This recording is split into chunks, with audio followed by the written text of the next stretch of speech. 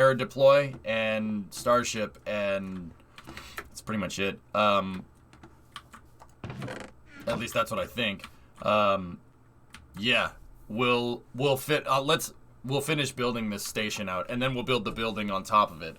I think we could get it done. No, I don't know if we could get the building done today. We could get close. They've added cave biomes. You haven't seen many of those yet. Yep. Wasn't there a Starlink? That was 2 days ago.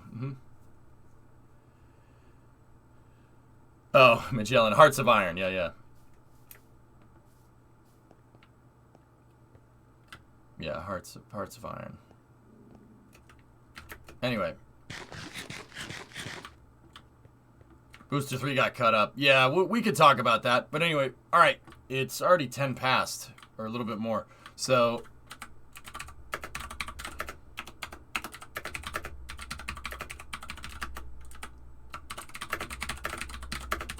good work today, lads.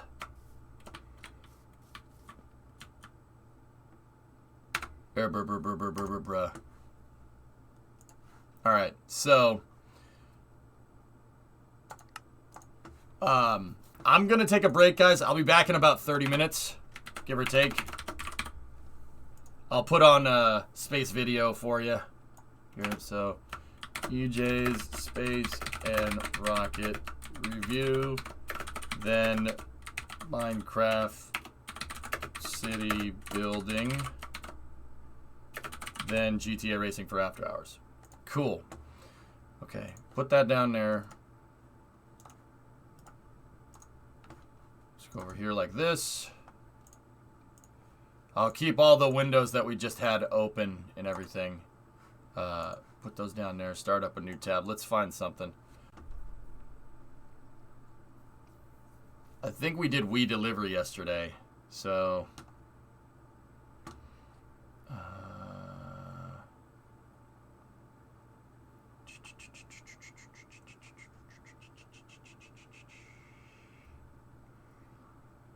trying to check out a good video for you guys to see.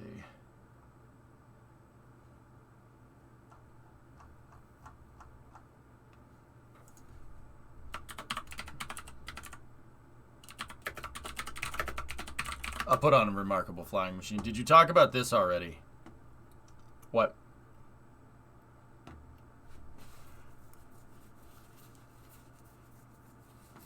Oh, no, I haven't. But, yeah, we could check that out. Alright, so, I will be back momentarily, guys. Enjoy. Sunday, April 12th, 1981. A Remarkable Flying Machine. Kennedy Space Center, Florida. The Space Shuttle. 14 stories high, 2,000 tons, poised on the pad for its maiden flight. This is Columbia, the spaceship that will orbit the Earth. Its external tank. It holds over 500,000 gallons of fuel for Columbia's 3 main engines. And the solid rocket boosters, the largest ever used on any launch vehicle and the first to be employed in a U.S. manned flight. At liftoff, the solid rocket boosters... Wait a minute. You don't want to watch this? Fine. You don't want to watch this? Fine. Okay. All right. Fine. Opening New Frontiers. Fine. We'll watch that one. Fine.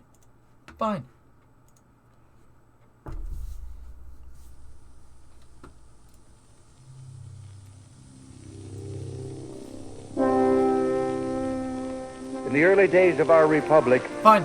Americans watched Yankee clippers glide across the many oceans of the world, manned by proud and energetic individuals,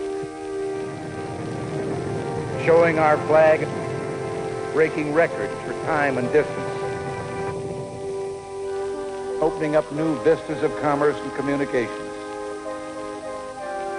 Well, today, I think you have helped recreate the anticipation and excitement felt in those home ports as those gallant ships were spotted on the horizon heading in after a long voyage.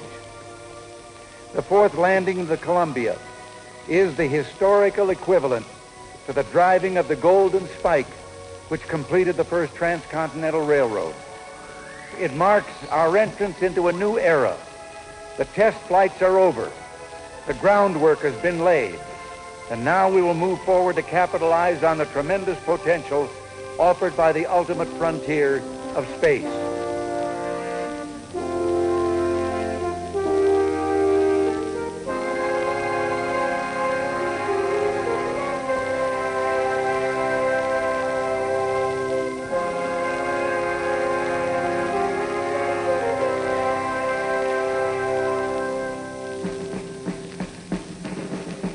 When thousands of civilians began pouring onto a military base, located on a desert in the middle of summer, early on a Sunday morning, one could sense the day's events were going to be special.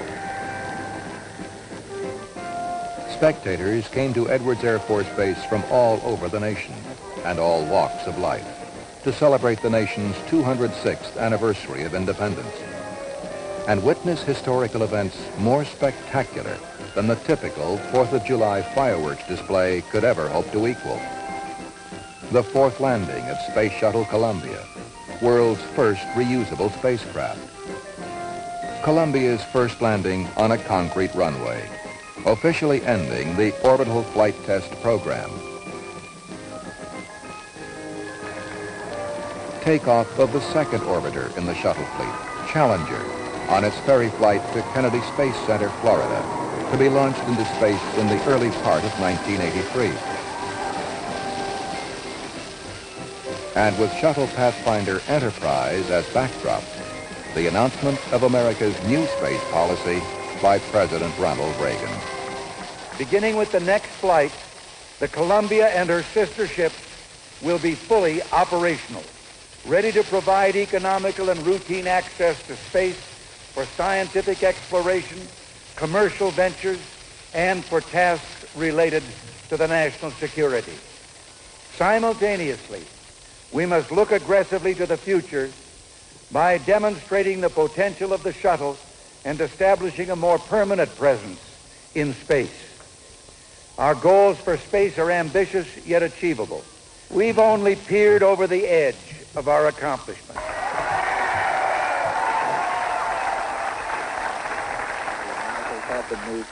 Surely, our accomplishments began with Columbia's first launch in April 1981.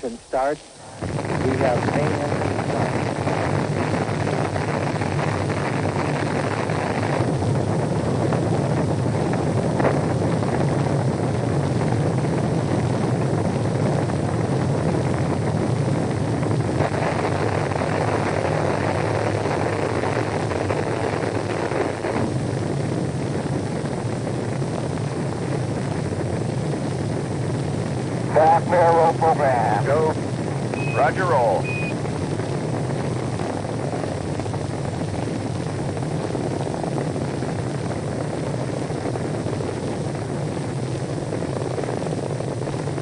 Roll program complete. Roger, roll complete.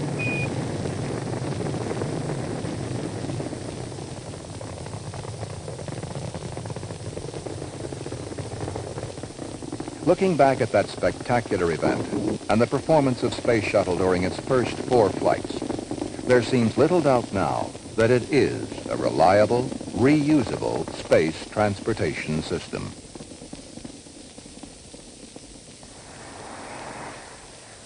When Columbia first arrived at Kennedy Space Center in March of 1979, there was some skepticism.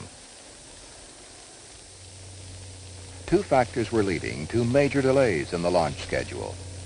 The quest to advance the state-of-the-art in space technology, particularly in engine design and thermal protection, plus budgetary limitations imposed on development and testing of shuttle systems. With 2/3 of shuttle's tiles already on the vehicle, it was discovered that the bond was not strong enough to keep the tiles from falling off during high-stress phases of flight. The fix, called densification, required that most of the tiles be taken off, coated with a material to increase the bonding strength, then reapplied to the vehicle. The process took over 1 year to complete, but it worked. During the orbital flight test program, Only undensified tiles showed weakness along their attach points on non-critical areas of the vehicle. Shuttle's main engines achieved the state-of-the-art in rocket engine technology.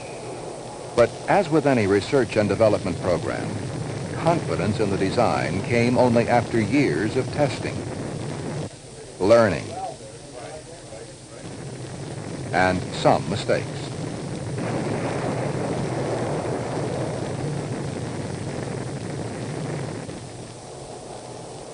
Problems encountered during development of the engines were related to the unique requirements that had to be met. Reusability, up to 55 flights with minimum maintenance. Ability to throttle down to 65%. Lightweight, yet the capability to withstand extremely high chamber pressure. Pressure needed to generate the thrust for liftoff.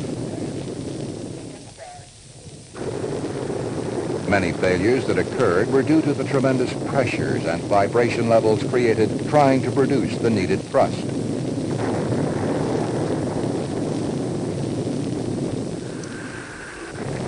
But one by one, the problems were solved.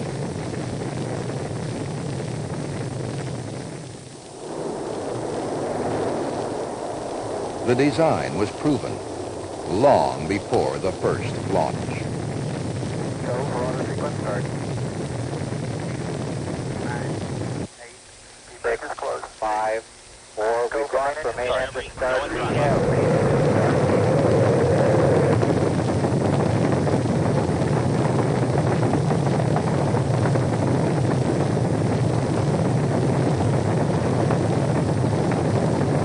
Columbia was launched.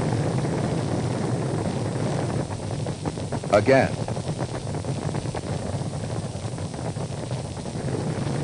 And again.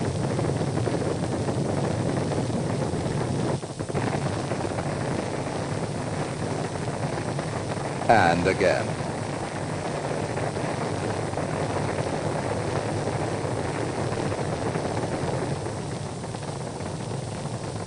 Four times within 15 months, traveling over 8 million miles during the first 4 flights.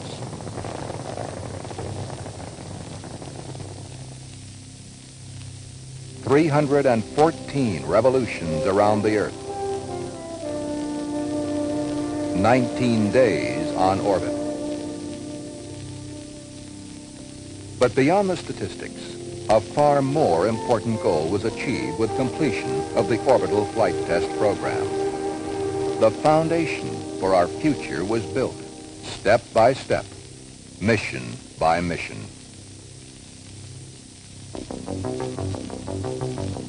The goal of STS-1 was, quite simply, to get up and get down safely. Columbia, Houston, you guys did so good, we're going to let you stay up there for a couple of days. Your goal for on orbit. When astronauts John Young and Robert Crippen heard that announcement, they knew the mission was at least half a success. When returning from space, friction created by entering Earth's atmosphere blocks communication between mission control and the astronauts for 15 to 20 minutes. But it is also precisely during that time that temperatures on the vehicle surface reach their peak and shuttle structure undergoes its most stringent test.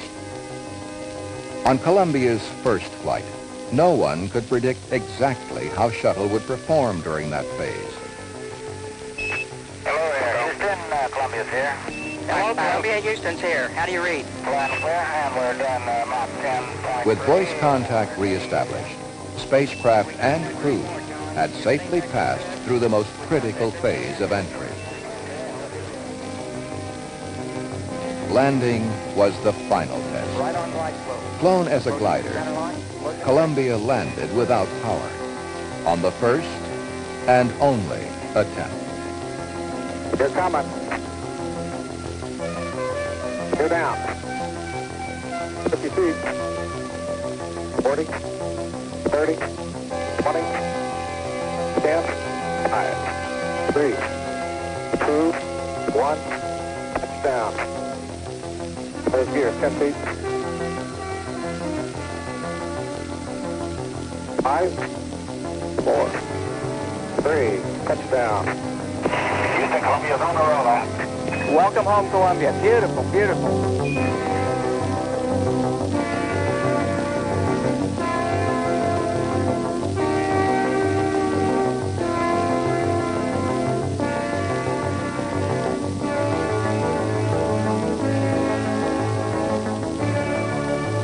Columbia's second flight was the first opportunity to evaluate the Canadian-built remote manipulator system.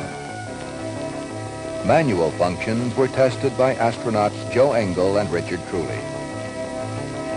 Automatic functions were computer controlled. The arm performed successfully in all operating modes.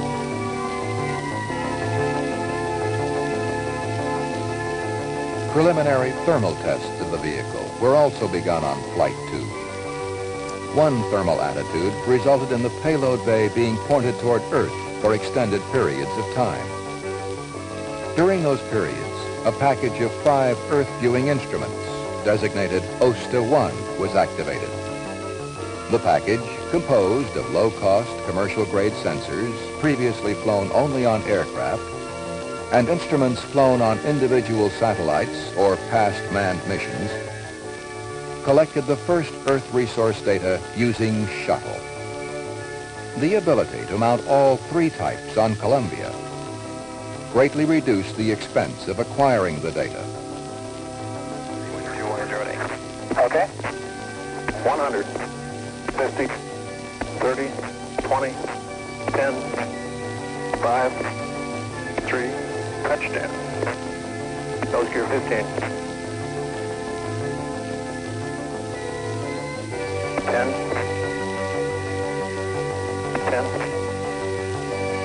5, 3, touchdown. Welcome home.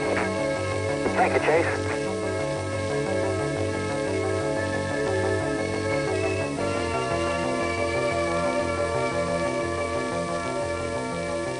Flight 2 proved shuttle was truly a reusable space transportation system. Third flight of Columbia was primarily a thermal test of the vehicle, exposing it to the most extreme temperature differentials it could encounter on orbit during upcoming operational flights.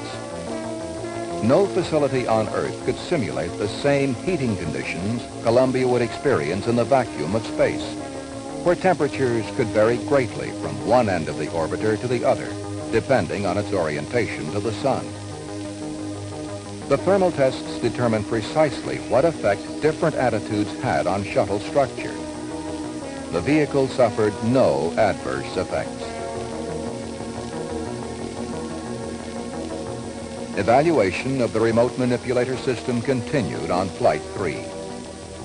Astronauts Jack Lousma and Gordon Fullerton tested the system's payload handling capability. First order of business was unberthing. Although clearance around the payload was only 2 inches, Fullerton unberthed in just 5 minutes, much quicker than had been predicted pre-flight. Using the plasma diagnostics package, 7 computer-controlled automatic movements of the arm were evaluated to prove scientific instruments could be maneuvered in and around the payload bay. Only some general comments on the arm operation. The operation is smooth. There's definitely a little bit of flex and dynamics, but in the augmented modes, that's very minimized. Really no surprises. If there are any surprises, they're all pleasant. I'm really impressed with that piece of machinery. Hey, that's great news, and we were impressed too. The plasma diagnostic package was one of 10 instruments making up a scientific package on Flight 3 called OSS-1.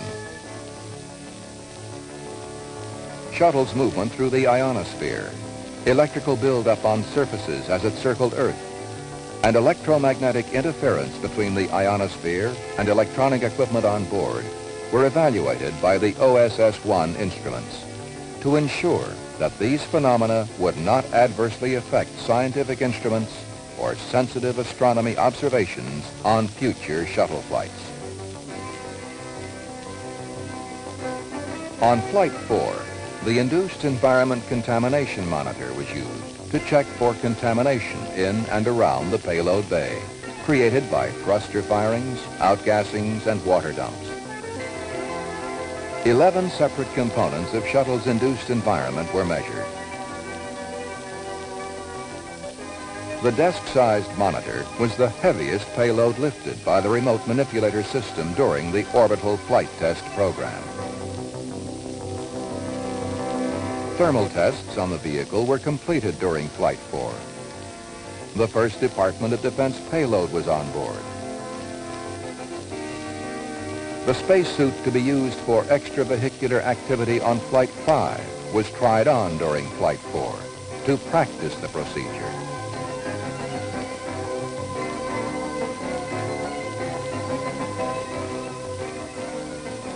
And astronauts T.K. Mattingly and Henry Hartsfield conducted a thorough evaluation of on-orbit procedures for the upcoming operational era of spaceflight, when Columbia will launch into Earth orbit on a routine basis.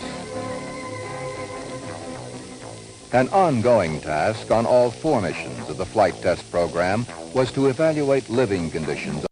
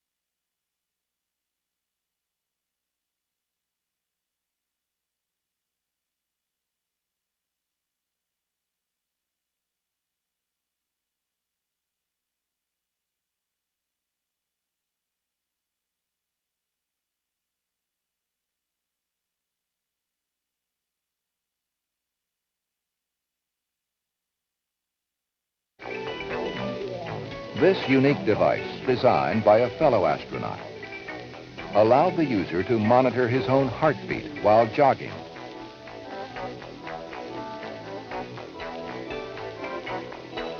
Alternate methods of anchoring oneself in weightlessness were also appraised.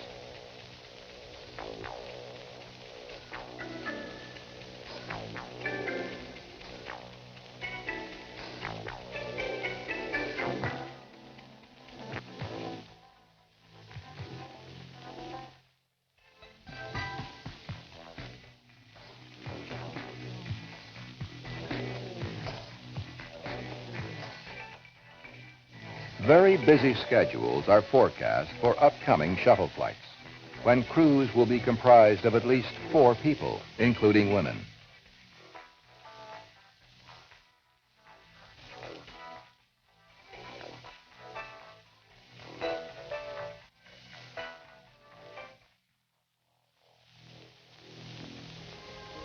Procedures on the ground are being streamlined for the operational era. Processing time was cut in half during the orbital flight test program. Presently, it takes approximately 13 weeks to prepare the space transportation system for launch. It is projected that by the mid-'80s, there will be 2 shuttle launches per month. The number of people in mission control is gradually being reduced. Some positions have been eliminated. Others have been consolidated, which represents a clear indication of confidence in Columbia's systems. While this monitoring is being streamlined, payload monitoring is increasing.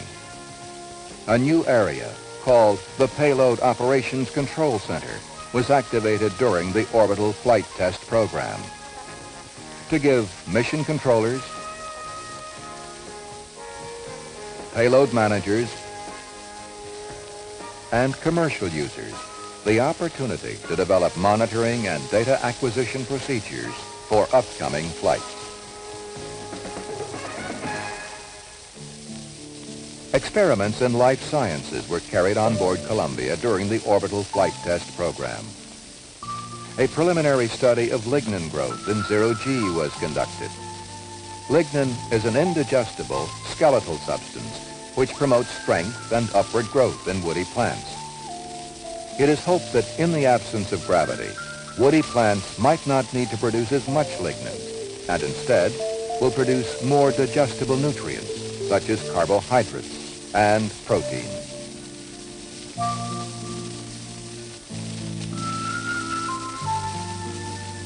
The effect of weightlessness on some flying insects, bees, moths, and flies was studied.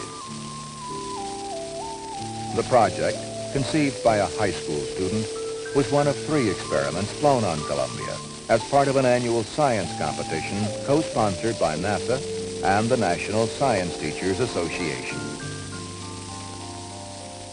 Equipment to process materials in zero gravity on future flights underwent initial testing during the orbital flight test program. The monodisperse latex reactor made polystyrene latex microspheres to determine if large identical-sized latex microspheres could be manufactured practically and economically in space. Presently, large microspheres cannot be produced in uniform sizes on the ground. Yet medical and industrial applications have already been found in cancer research and treatment, glaucoma research, and for calibration standards in medical and scientific equipment. The continuous flow electrophoresis system, built by McDonnell Douglas Corporation, is a prototype of a production unit to purify material for the treatment of disease. The process separates substances according to their electrical charge. Hopefully, yields from the production unit will be high enough to make the product available to a mass market in the future. Results from the prototype's first flight showed that a very thin, yet highly concentrated stream of protein substance on the left was separated from red dye on the right.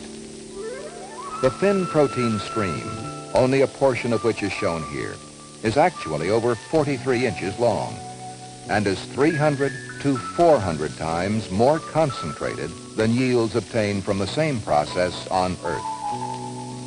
The continuous flow electrophoresis system represents the first commercial use of shuttle by private enterprise under a joint endeavor agreement between NASA, McDonnell Douglas Corporation, and Ortho Pharmaceuticals Corporation, a subsidiary of Johnson & Johnson.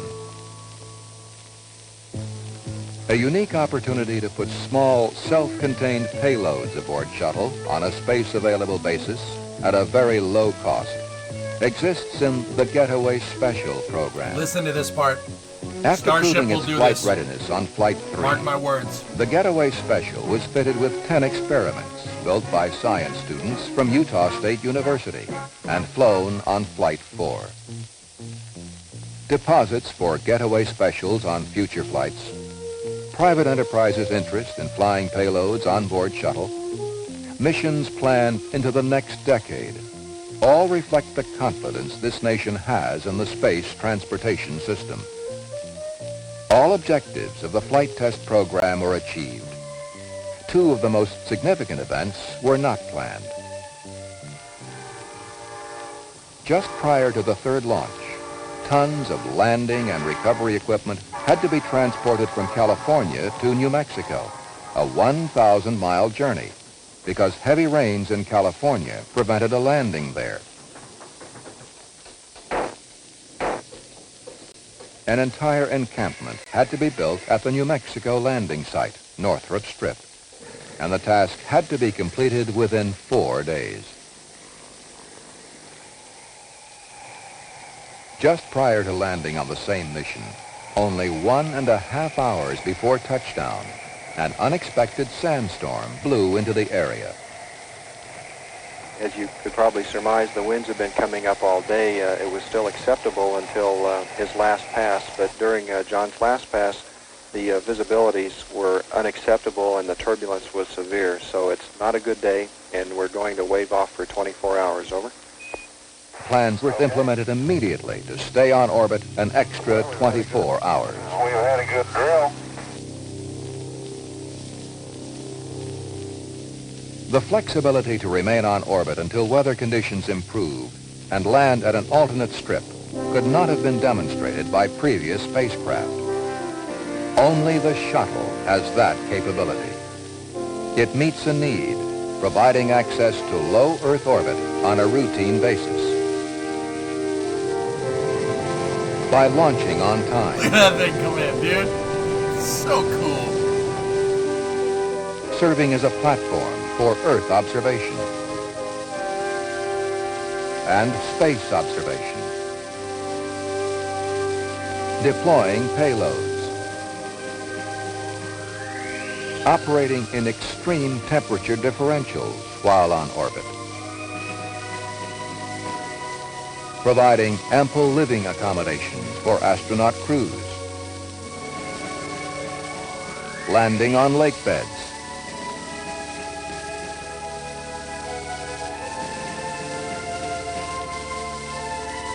Or concrete runways. As President Reagan said, the end of the orbital flight test program marks our entrance into a new era. The test flights are over. The groundwork has been laid. Now we will move forward to capitalize on the tremendous potential offered by the ultimate frontier of space.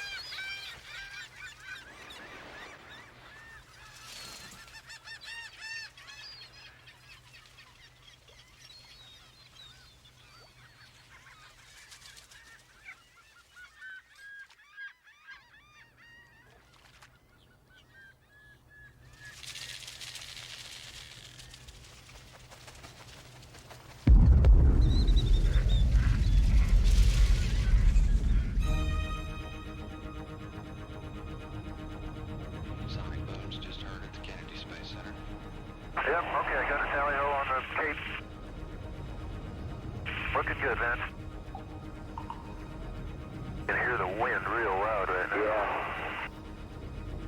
Yeah. At the end of a 3 million mile journey, the space shuttle is coming home. APUs are looking good, man. The commander has to make a perfect landing now. He has no engines to take him around again.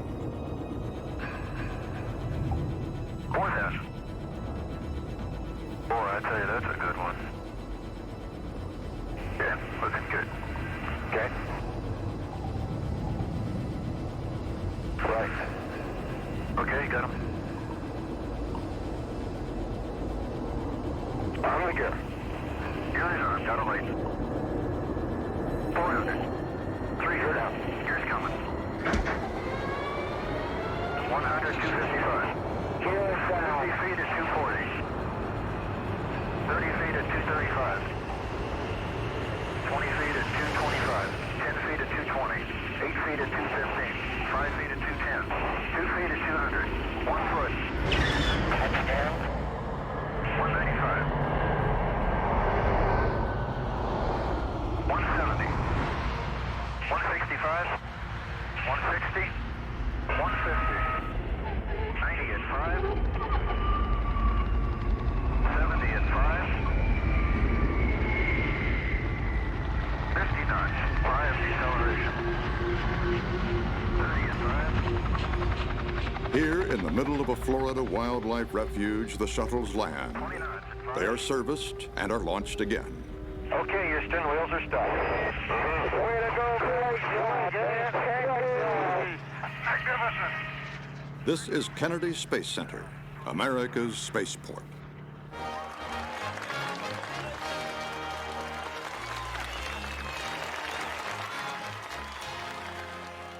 The people we hear about most are the astronauts, but actually there are thousands more working behind the scenes to keep the shuttles flying.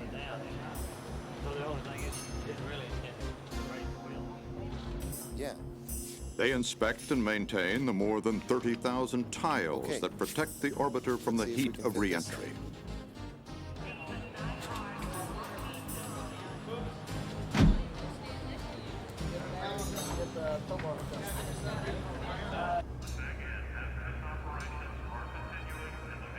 They watch over the mating of the components, the solid rockets, the massive external tank, and the orbiter.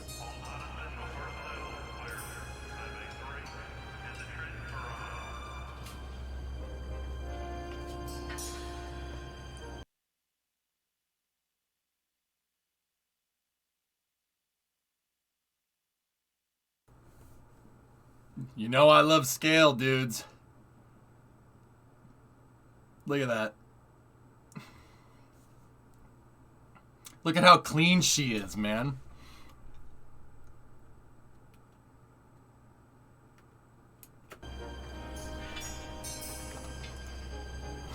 Two weeks to launch. The shuttle rolls out to the pad.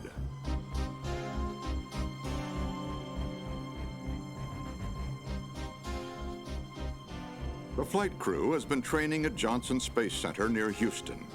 Now they've come here to Florida to take part in a dress rehearsal with the launch team.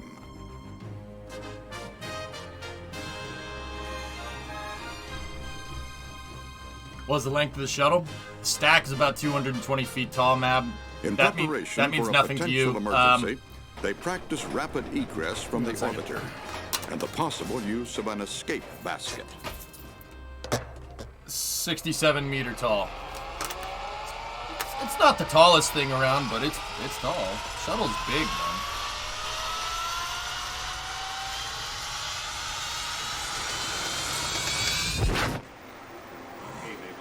Got 4 good HPUs. 4 good. I'm gonna get the last doors open. Right, Finnick? I'm with you on that one. All the picks are up. Wait for it.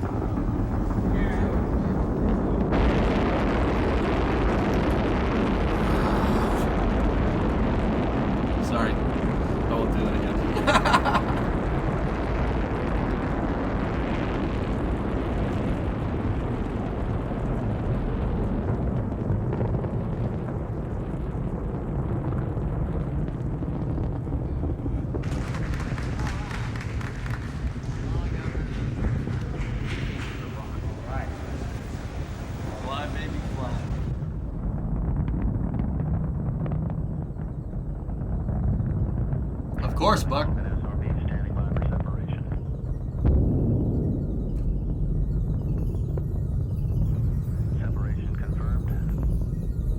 That must be the most kick-ass feeling, launching a rocket into space. I can't even imagine.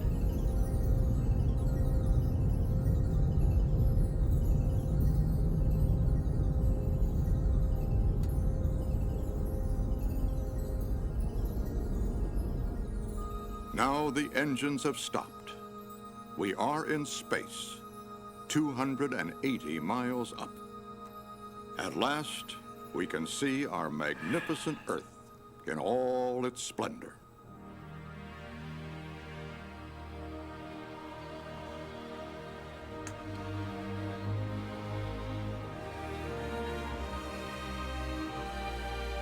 That's wild, man.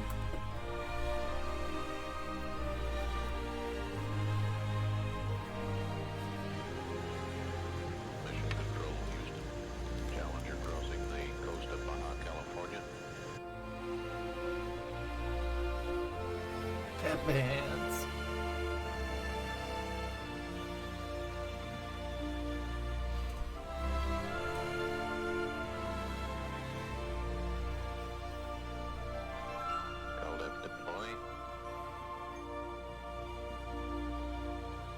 The LDEF satellite weighs 10 tons and is the size of a school bus. Right, Tate. It carries 57 experiments, the work with of you, more Graves. than 200 scientists from 8 countries.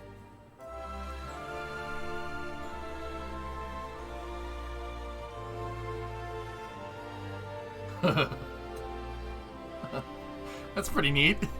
LDEF will stay up here for more than a year, exposing various materials to the vacuum of space.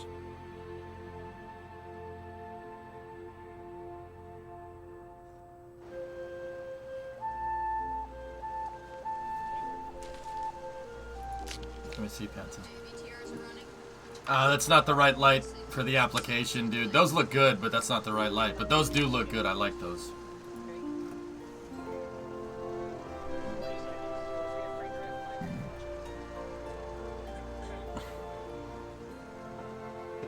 For us inside the spacecraft, there's a new experience: weightlessness.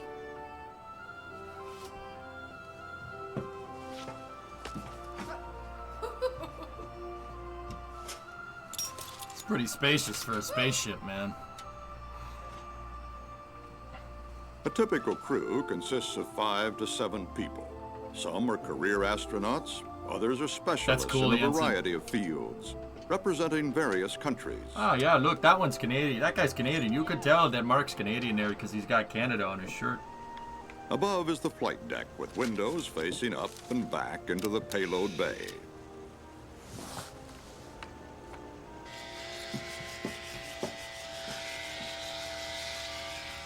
Below, the mid-deck functions as living room, dining room, bedroom, workshop, and study. Discovery Houston, you're looking good for deploy. Commander Hartsfield and pilot Coates navigate the orbiter to a predetermined point in space. The clipboard toss, though. So that the communication satellite they are deploying will be precisely positioned. Bye-bye.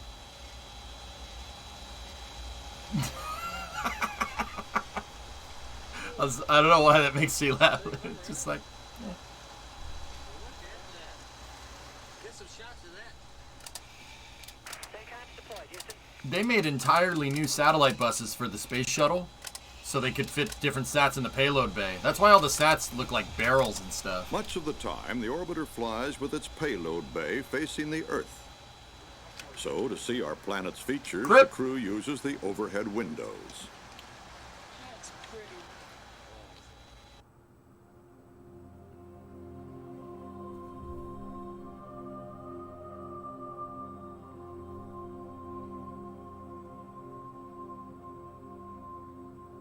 As we cross the Alps into Italy, Genoa is on the left, home of Christopher Columbus.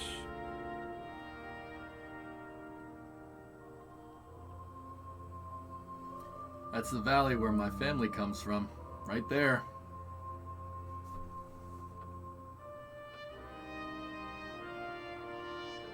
Eastward, the Po River flows down to the Adriatic. And just north of its mouth, glorious Venice. This is the Italy of the Renaissance. It was here that Leonardo first said, "We can fly." And now we circle the Earth every 90 minutes at 17,000 miles an hour. It's as if we're in a time machine, looking back across the centuries at our own history. The Boot of Italy.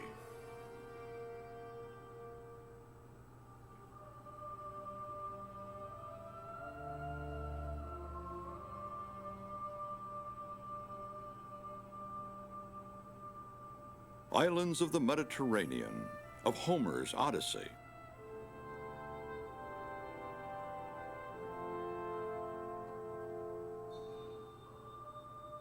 Now on toward Crete, Right, site Jansu? of the ancient Minoan culture.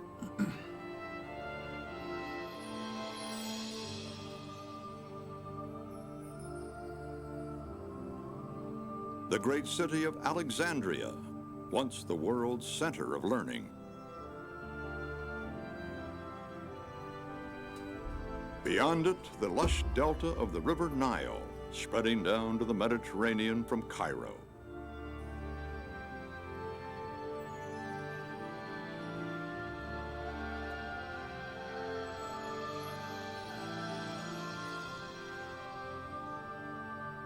It is thought that thousands of years ago, everything below us now was fertile, but a change in climate turned North Africa into a desert. It's Walter Cronkite. Climatic changes do Man, to that's our Walter Cronkite. He was and to a us. very famous news anchor in the U.S. And he was also a space nutcase. Okay. Oh, yeah, Cronkite. He loved the In search space of the program, answer, man. Sally It's pretty Ride cool. deploys a satellite called Herbs. What up, Herb? Challenger, Houston, your go for release. Let it roll. Herbs will help us to know whether there will be more That's right, Zach. sandstorms in our future, or blizzards, or hurricanes, like Josephine, 500 miles in diameter and packing winds of 90 miles an hour. That's not too bad. 90's up.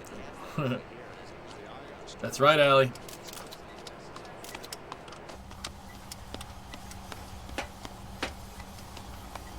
Now the middeck has become part gymnasium. That's right, part Boxy. Amongst other factory. things. While Steve Hawley exercises, Charlie Walker operates a compact laboratory on the far bulkhead. This is a commercial venture.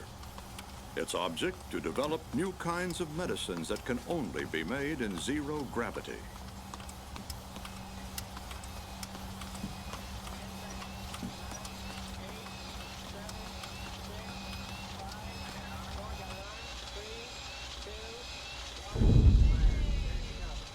I know someone's gonna ask, why is it spinning? Stabilization. You don't need to put a gyroscope in it if you can spin it off the payload adapter. One less thing that's needed.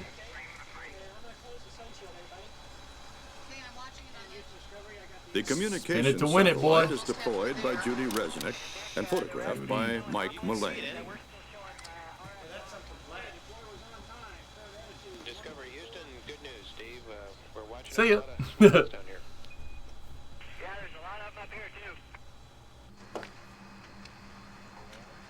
The crew Yeah, Tesla, eats yeah. and sleeps pretty much according to the same schedule as on Earth. Back in the early days of space, we sometimes heard complaints about the food, which was mostly squeezed out of toothpaste tubes. Now the That's crews right, get Thomas. to eat what they want. Steak, strawberries, shrimp cocktail.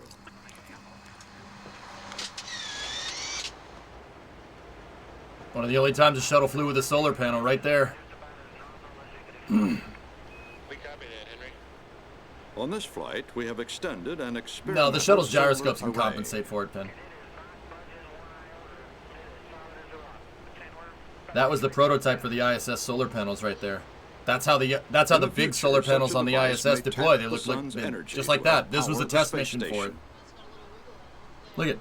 The leaves are so big thin screw jack. and the mast so ingeniously contrived that the 100-foot-high structure folds into a box 7 inches deep. Pretty cool, huh?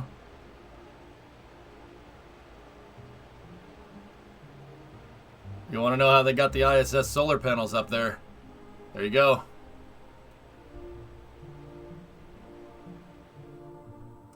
This is strange.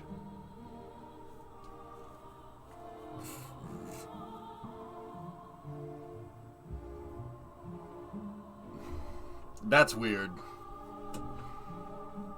Yeah, that's very peculiar. While the crew sleeps, flight controllers on the ground I would watch be like, over yo, the just orbiter. put my arms down or something.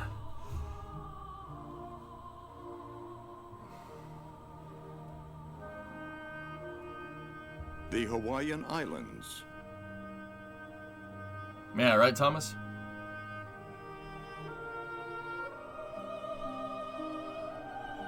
Oh, that's so cool. The Andes Mountains in South America.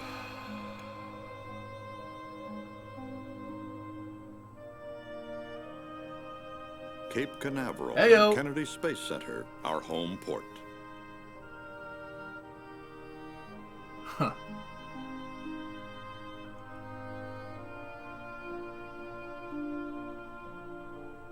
It South is. Florida Train, yeah. and the Keys.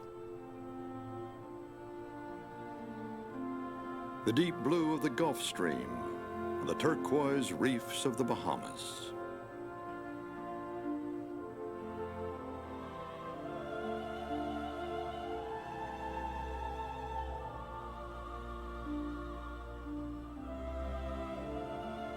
The vast craters of the Galapagos Islands. Discovery, go at throttle up.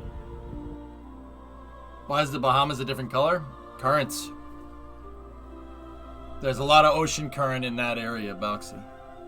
An orbital sunrise. No, Excessum, I haven't. Hey, Defiant, 27-month resub. Holy crap, dude, look at that. Oh, I gotta see that, man.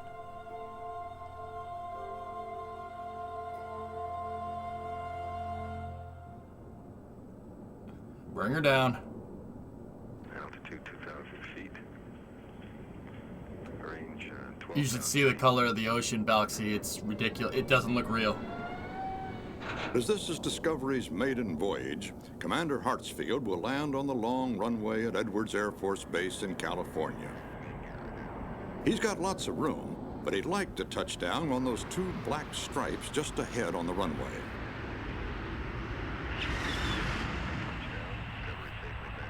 Perfect.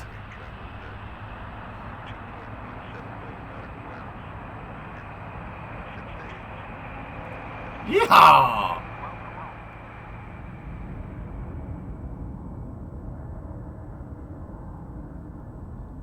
Discovery rides back to Florida atop NASA's 747. With 4 orbiters in the fleet, new astronauts are needed. Excessum, I will. Thousands of candidates apply. Few make it. Bye-bye. Hook is down! And keep on walking. Although some are pilots, That's many cool, are engineered. engineers, medical doctors, and scientists.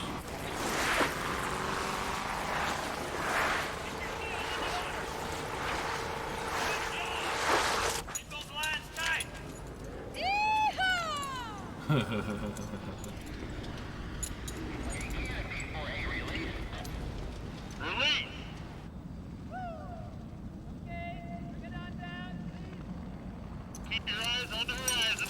Put your elbows in tight. There you go. Once selected, the new astronaut develops specific skills At leading least watch to the an trailer. eventual Oh, flight okay. assignment. Then, training for that mission begins. This is James Van Hoften, otherwise known as Ox. And this Got it is open, George bro. Nelson, known as Pinky. I've talked to that guy Together, before. they're going to attempt something which has never been done before. The capture and repair of a satellite in space. The satellite, called Solar Max, broke down after its first few months and is now rotating in orbit, partially crippled.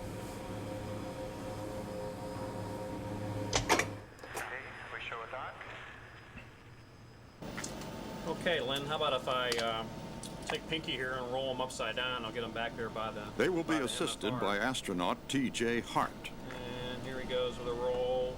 Now pick him back up again.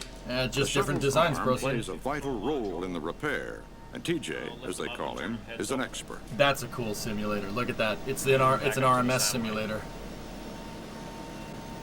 Oops.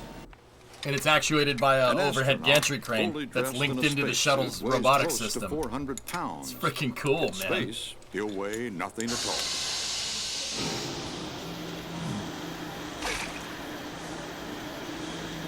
Pinky and Ox practice the repair in a tank at Johnson Space Center. It's the closest one can come on Earth to weightlessness. Still do that. Still use those.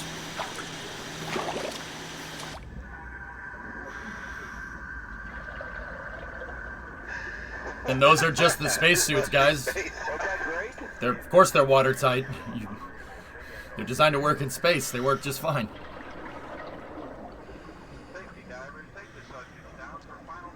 That's my favorite part. Those are just the spacesuits. Dunk it in the water. What is it gonna do? Leak? It's not gonna leak. It's a spacesuit.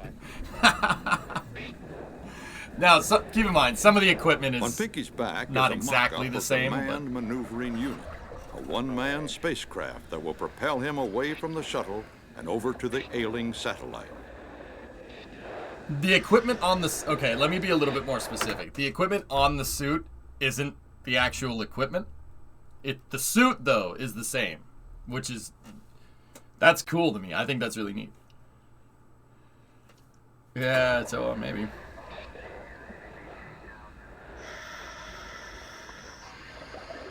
Okay, it's been working. Whoa! I'll get it, I promise.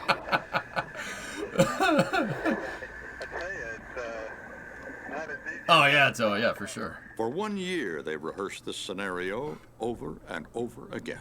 Mm-hmm. And now it's time to go. Yeah, I'll link it in a second, Scotch.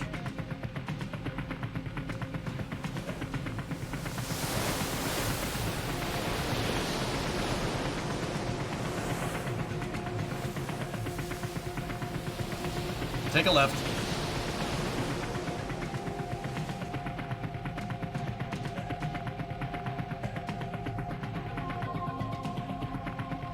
Yeah, Rob, right? If you guys don't mind, headphone users, I'm turning this up, okay? Headphone users. Headphone users. Headphone users. Once again, final call. All aboard.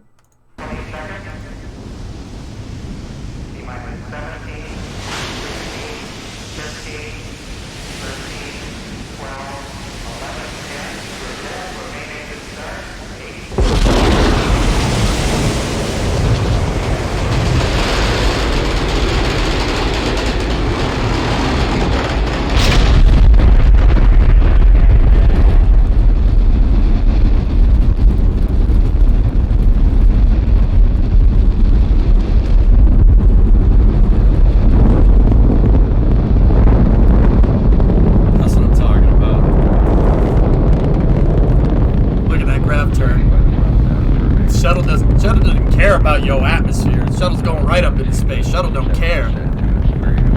It's just like, nah, space.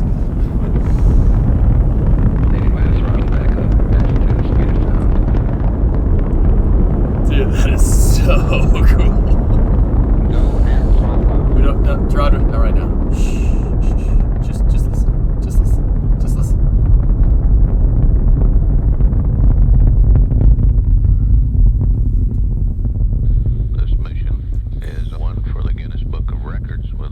How much time? We got about 10 minutes left. 3,305. Walter Cronkite, voice of the space shuttle. 3,300 honeybees. The bees are part of a student experiment. Their efforts to build a zero-gravity honeycomb soon capture the curiosity of the crew. Bees! Bees! No, not the bees! I have it open 48 hours into the mission, Commander Bob Crippen and pilot Dick Scobie bring the orbiter toward rendezvous with Solar Max. Since I have the preview. 12,000 feet, closing at 16 feet per second. Challenger Houston, Solar Max is ready for capture. Roger, we copy, ready for capture. According to plan, Pinky dons the man maneuvering unit. In mission control, the mood is optimistic. Looking good, Pinky. Okay. This is a pretty good flying machine you got here. Roger, I can see the smile on your face from here. Satellite looks in excellent condition. Doesn't work.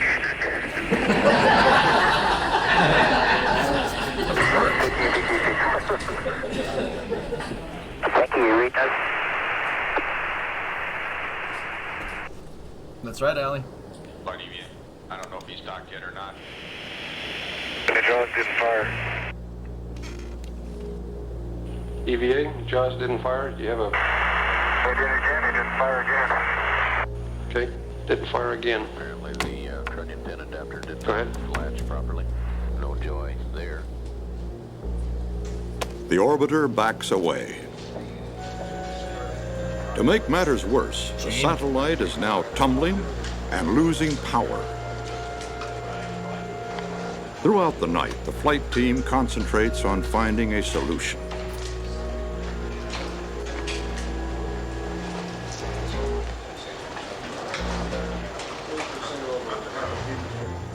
Finally, near dawn, a new plan for the capture is hammered out. It will call upon all the skills of Commander Bob Crippen to bring the orbiter within arm's reach of the wobbling satellite, and on T.J. Hart to try to grapple it. I mean, Gene was in mission control for a good deal of the shuttle program, man.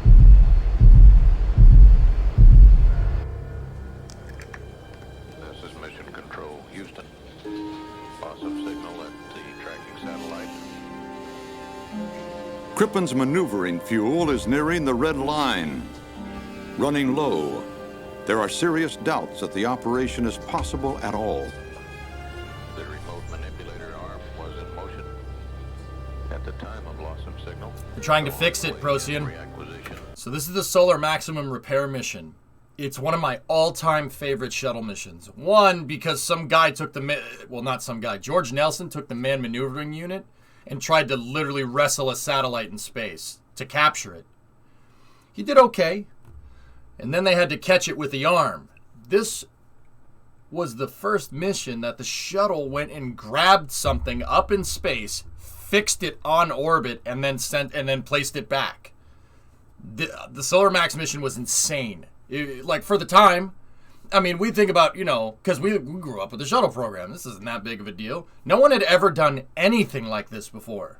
Anything. Servicing a satellite? No. That's not how that works. Up until this point, up until this mission, it was you send it and you get it right the first time or you don't.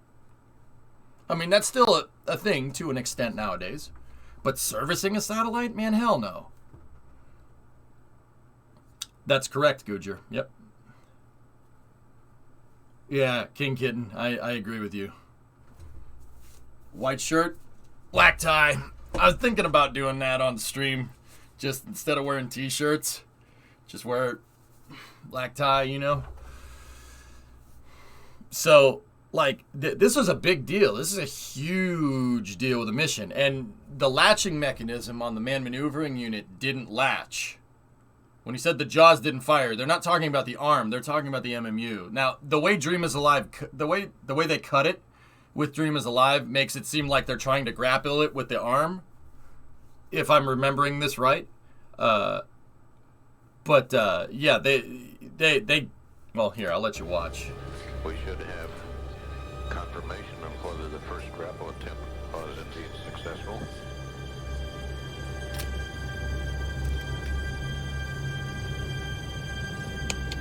Okay, we've got it, and we're in the process of putting it here. Outstanding. That is fantastic, TJ. You make it look easy, Crip. You hadn't figured it like that. I'll tell you. All right.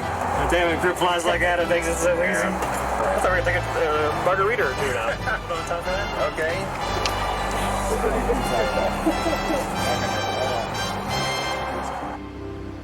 Solar Max, now safe in the cargo bay, is rotated into position for repair.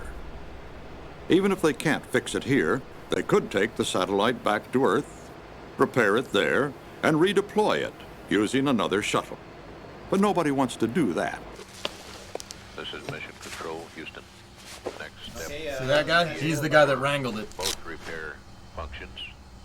Okay. Ox and Pinky prepare to move outside to begin their work in the payload bay. Without their suits, they could not survive in the vacuum of space. The suits provide protection, warmth, and oxygen, and will keep them alive for up to 8.5 hours. The glove, though.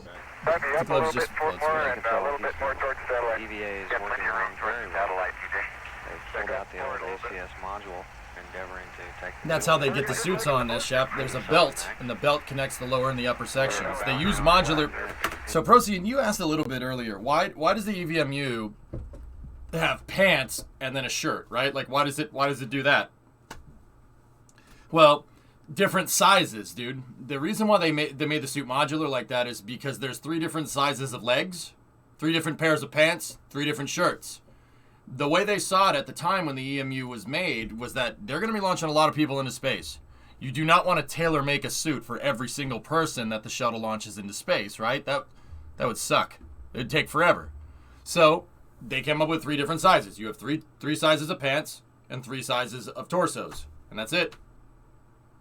And they join the suit together at the center at the belt, and the suits are modular. You can take a long pants and put them on the short torso for every single, so you could basically have every single type of astronaut. Any astronaut, any shape and size, it doesn't matter. The EVMUs can go up to 6'2", and they can go down to 5'4". It's a pretty wide range.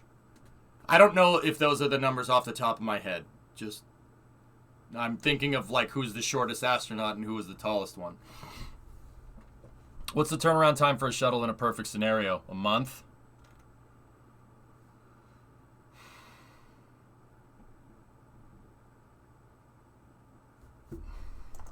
Into the extravehicular activity. Don't drop anything on us, guys. Okay. I don't know, Kick. Hey, Jerry, the engine on. Roger, it's all downhill from here. Yeah, right. Everything's on. I double-checked all the little clips are over the connectors, and so I'm going to get ready and button it up. Houston Challenger, is Ox got to go? Because Ox finishes the repair faster than anyone expected, he has time to take the manned maneuvering unit for a test flight.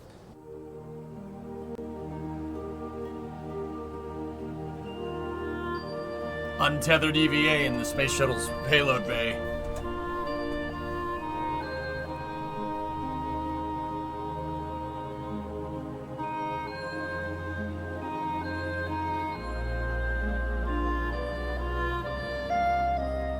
Yeah, he's fine. Hello, Houston. Hello, space. We did have a go for Ox and Pinky to come in. Is that a firm? That's a firm. It's time for Jimbo and Pinky to come in and get their hands washed for supper. Sounds like a winner. We got steaks on tonight. Steaks? Got steaks on tonight. Where do you think Crip's from? All right.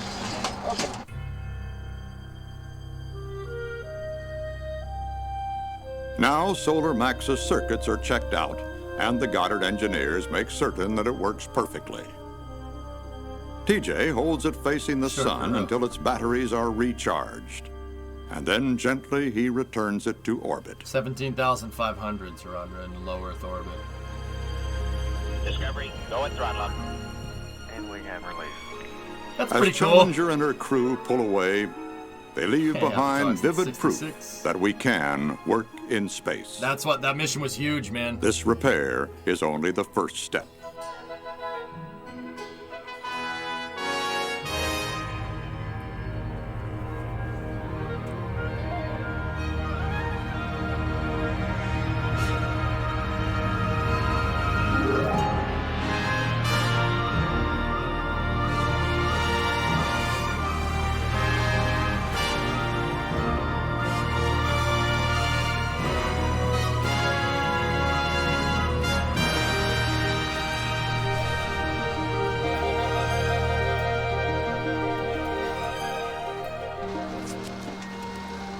Already people like you and me are beginning to travel into space. Some of our children will live in space, and their children may even be born there. Soon we will use the shuttle to build a space station in permanent orbit, operated by international crews. Pilot John McBride is preparing David Leestma and Kathy Sullivan for an EVA. Kathy will be the first American woman to walk in space.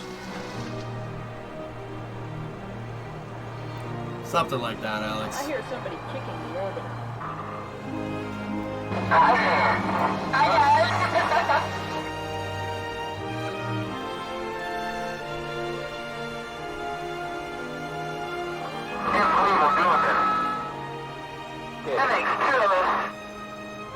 Floating free, we look back at the majestic panorama of Earth, our home.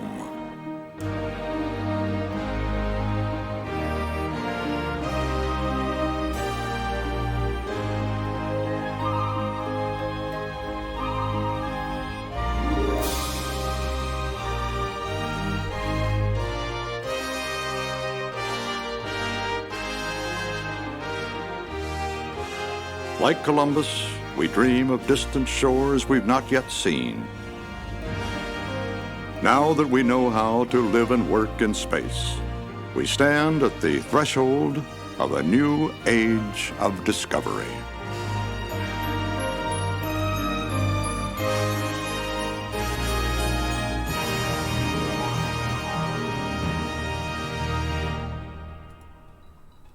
Can I link the space concert video? Man, you really want to watch that, huh? Here. Choppin' the space concert. Does this have any...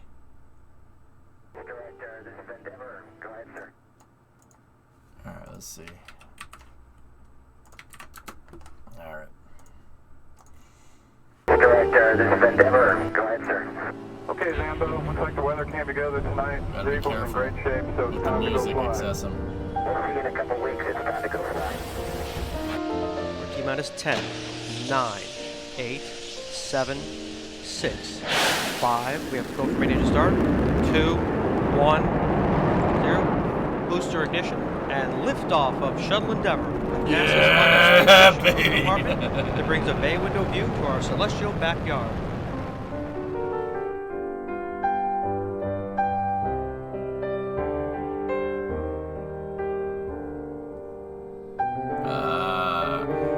Excessum, I gotta be careful, dude. Is the music copywritten? Because all these documentaries that I'm showing are public resource, so you can restrain them without having to worry about getting DMCA'd. But is Choppin' okay to restrain? I don't know. You gotta be careful. They should have brought an inflatable alien puppet with a look at the nice.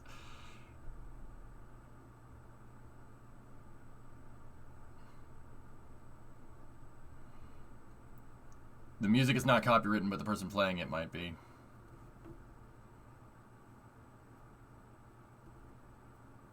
It's in the global archives. Alright, well, we can watch the rest of the trailer. Let's see.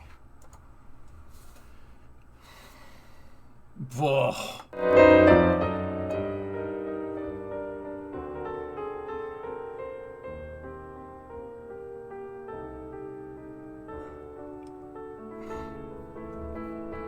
Yeah, Xeon, yeah, I gotcha. If you haven't seen this, take a look. I did, I took a look. Oh, but this is profile. I think we're pointing right at the CG right now. I'm so glad you guys are getting those pictures. Look at that. Just don't take a picture. Just Well then. take a brain picture then.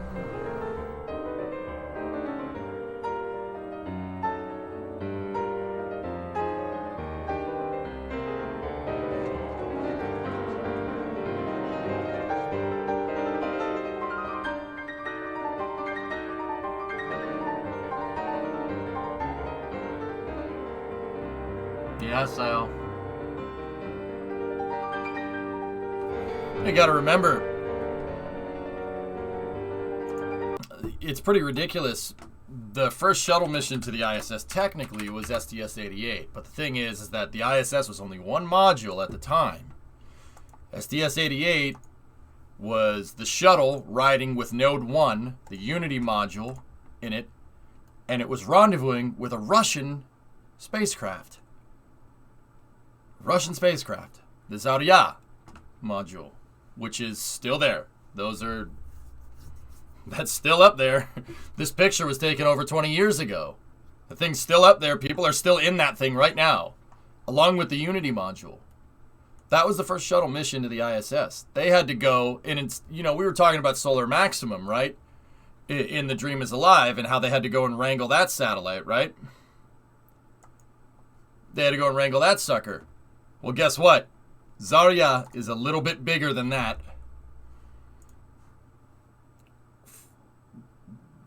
Not the LDEF. The Solar Maximum satellite's maybe the size of a car. That thing is the size of a Greyhound bus. It's big. Those are big modules, man. So STS-88 flew up there, and they had to snag Zarya, and they docked Zarya to the Unity module via PMA-1. So they used the arm to dock two modules together. And the Unity module was attached to the shuttle's airlock. So the first thing that they had to do, once they got near Zarya, was take Unity out of the shuttle's payload bay. They took it out of the payload bay, and the shuttle installed PMA-2, Unity and PMA-1, on its own airlock. And then, right after that, they flew the shuttle around with the space station module attached to it, and they went and wrangled Zarya and attached it to Unity. It's nuts. That's crazy. Okay, so if you're trying to understand mission complexity here, try doing that in KSP.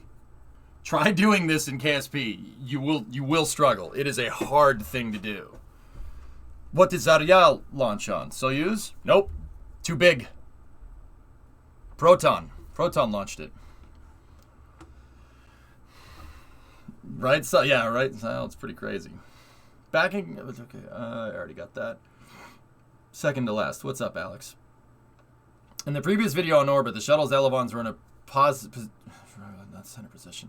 I think they just kind of let them do their thing until they turn on those systems, Alex. You don't want to mess with the hydraulics or anything, so I think they just kind of let them just kind of gimbal lock into their natural positions and kind of go from there. That's right, Shadows. You got it. Now you're carrying a 10-ton module on top of the shuttle, and you have to use the shuttle's RCS to put all this stuff together. You have to maneuver the shuttle's reaction control systems.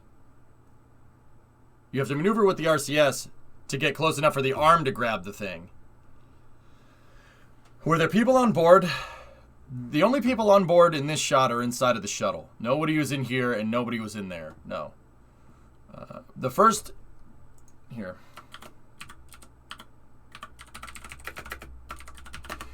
expedition to the ISS was launched in November 2000, and that's what the ISS looked like. So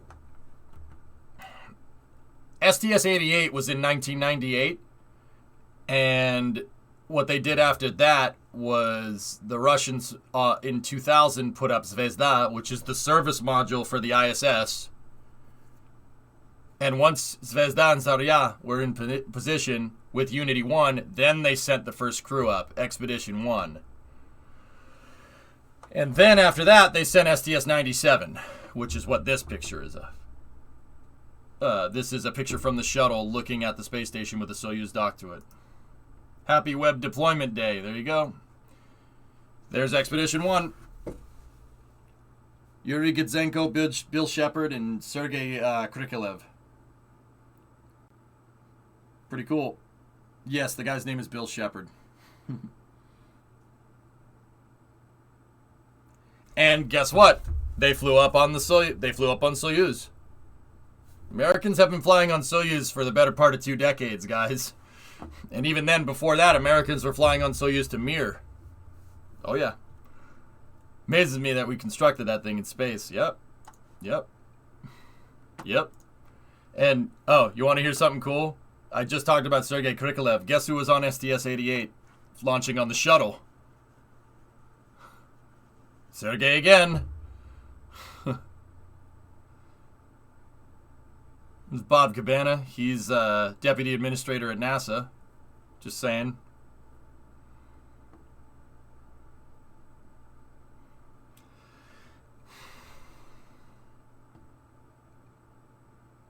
I don't know what that means, Flykin.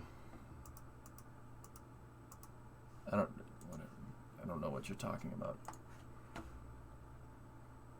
Anyway, yeah, a little bit of, you know, Shuttle Saturdays, maybe we should start doing that, Alex. That's actually not a bad idea. Pumpkin suit or the SpaceX suit? What's your preference? Ooh. Ooh.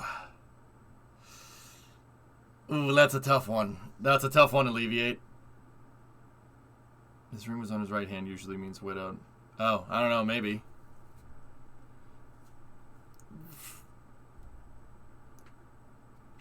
I like the orange suits.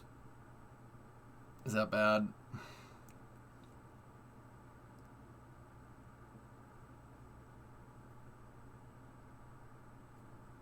I like the pumpkin suits, man. I think the pumpkin suits are freaking awesome.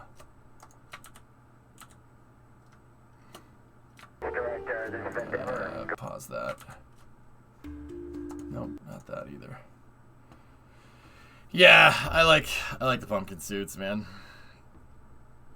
You know why they're orange? Well, Truid, you already said it. Never mind. Never mind.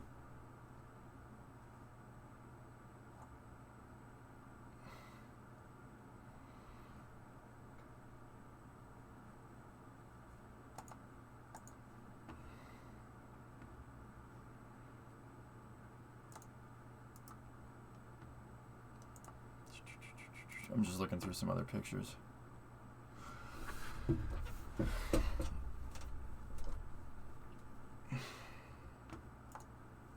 Yeah, this is the next mission.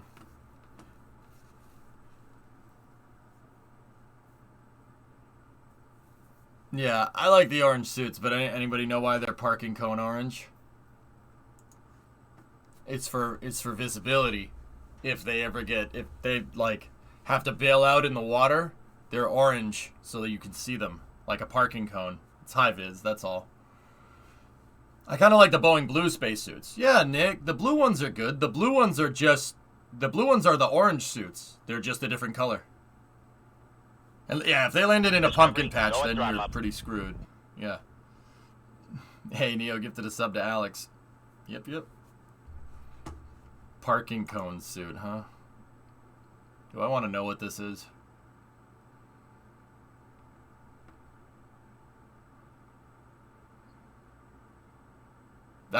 They're gonna use the orange suits for Orion for Artemis, which is pretty cool. They're gonna use them on the ride up, which is pretty awesome, if I do say so myself. Yeah, here it is. Those orange suits are based off of the SR-71 because the SR-71 basically needed a pressure suit where it flies. See? Yeah. Oh, yeah, that's cool. Orange rocket, orange suits. It makes sense. Yeah, I agree. Did the shuttle crew have parachutes in case of a bailout? Yeah. Yeah, they had parachutes, just in case. However unlikely that might have been. But yeah, they do. Or they did. There are parachutes they're on the top of the flight deck. And it carries 7 of them. I thought they originated from on the U2 program.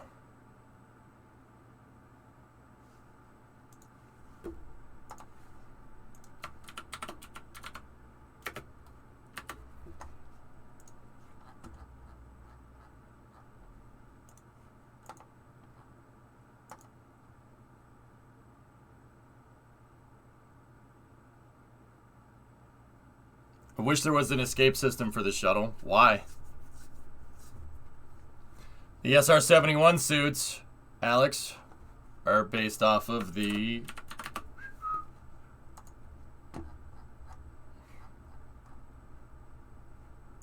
U-2 spacesuits. Yep. Riding Rockets is an awesome book. Dak. Yeah, Riding Rockets is good, man.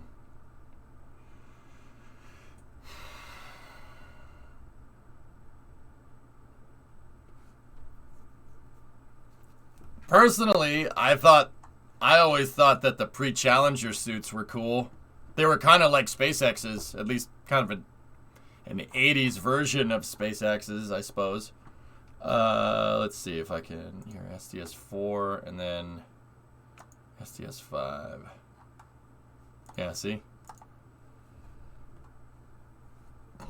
It's basically just a flight suit with a helmet, which is... I mean, they didn't even have a pressure suit for their body. It's just a helmet that provides air. That's it.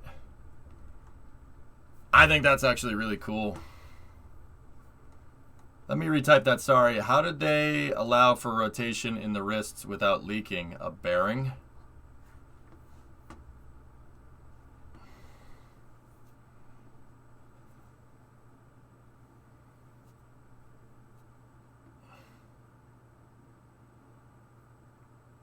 But a bearing isn't airtight, though. Because they're going down to Harbor Freight and getting bearings for their spacesuits, right?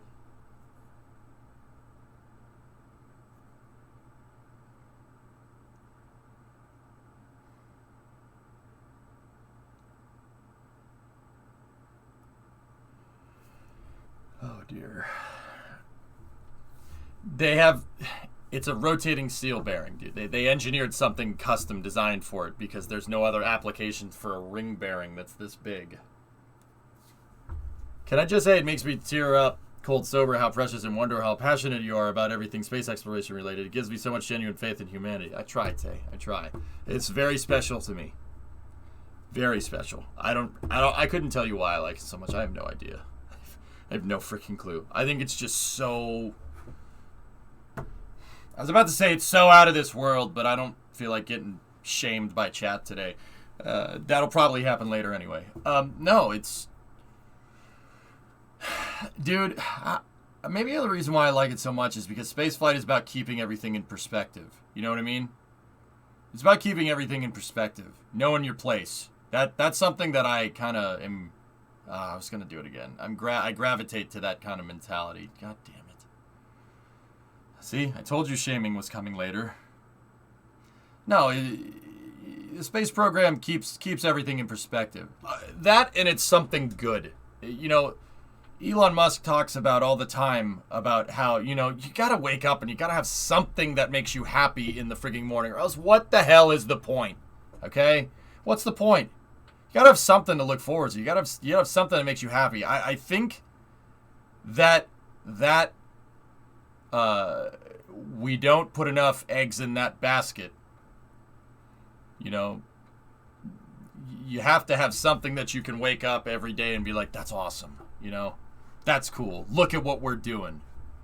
Look, you know, because it's very easy nowadays to just be like, everything sucks. And I see this a lot from kids, which just really sucks. Like, you see this a lot from kids that are like, there's a lot of kids that watch a stream, 18, 19, 20 years old, right?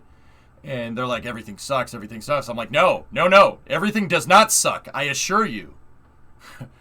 It's not as bad as it seems. I guarantee this, you know? Like, it's not as bad as it seems, I'm telling you. Look, we've done stuff like this. Some guy went and wrangled a damn satellite. in space. Like, it's not as bad as it seems. I'm telling you, it's pretty freaking cool. At least the space stuff is, you know, and that's something to look forward to. It's something that everybody can get behind and you know, understand and strive for. It's very cool. Yeah. Yep. Yeah. See, there's George going and wrangling the satellite. See him on his jetpack. Look, it has strobe lights on it. Yeah, Zoomer, I understand all too well how much we need that perspective. I mean, you guys are definitely Gen X's kids. It's ridiculous. Your parents were like that. I grew up with those people. They were, everything sucks, yet they grew up in the 90s. I always found that to be kind of funny, you know? Everybody looks at the 90s with such nostalgia, right?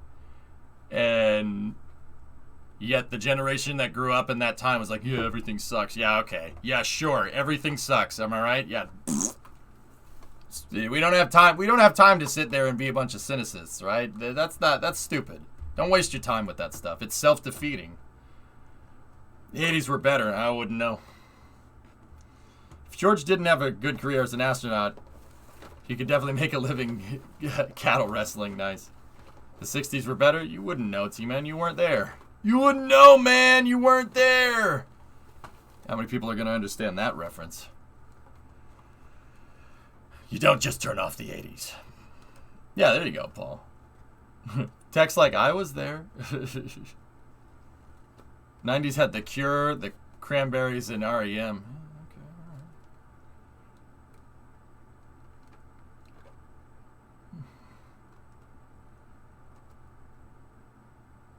Yeah, Pig's like, yeah, all right, I'll see you guys there.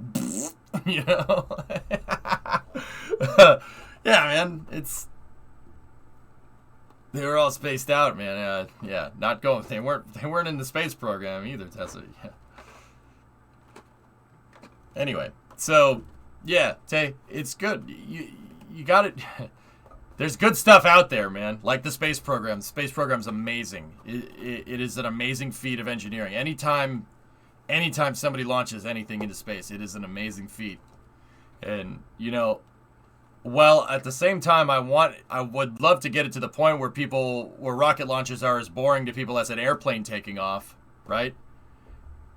I think it's also important at the same time to understand how far we've come. It's something to really, really, really understand. And this is something that it goes back to knowing your place, you know?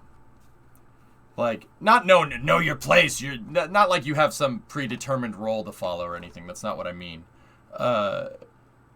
It's important to have the perspective of just how much modern amenities, like how much stuff needed to happen to, like, my phone's in the other room.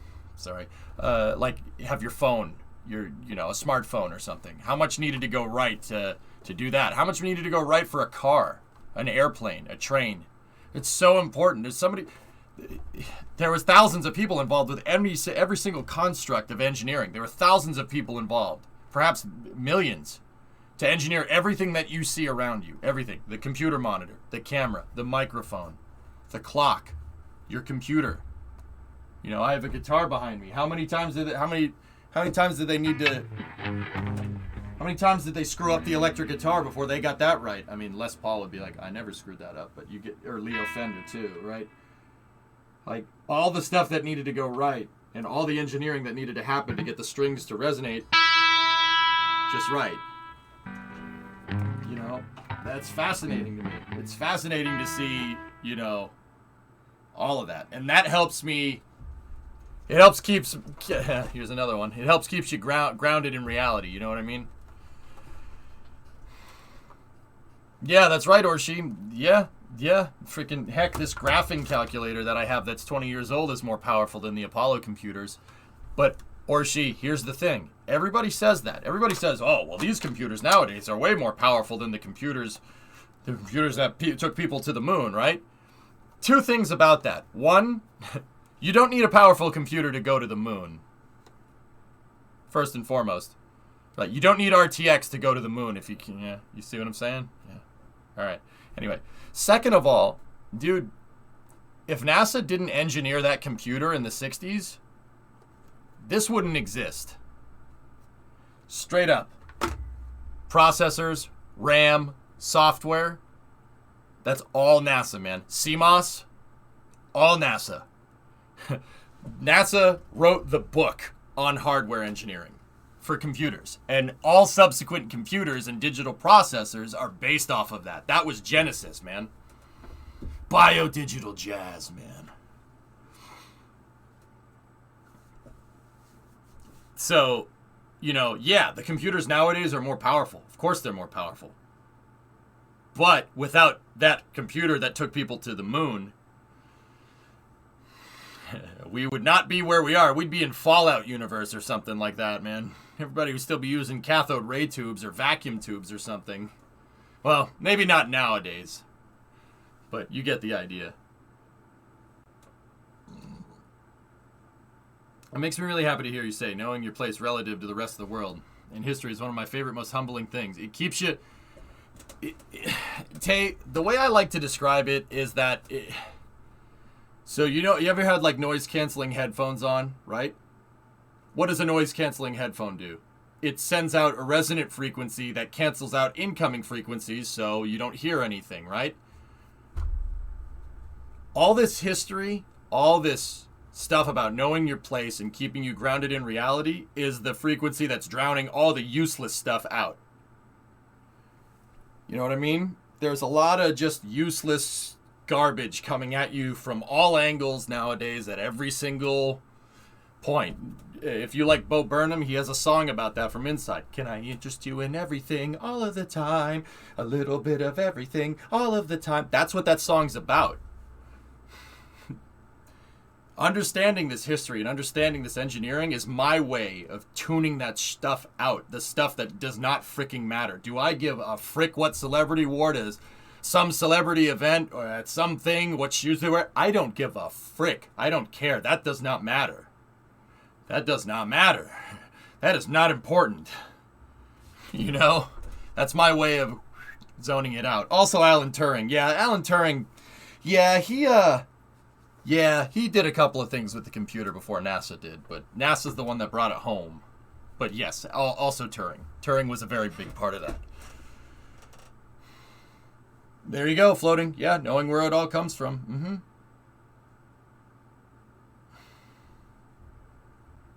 Did you see The Smarter Every Day with Linus? No, I don't think I have. It's a really beautiful metaphor. Funny you mentioned I was just getting so hyped about my copy of Inside on vinyl. Nice. I'm pretty sure that's what Bo's trying to convey in that. How there's a lot of things out there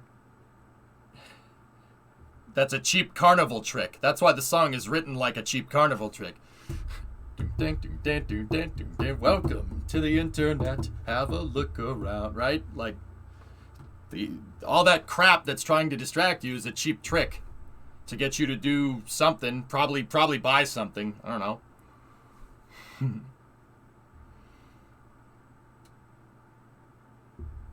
Yeah.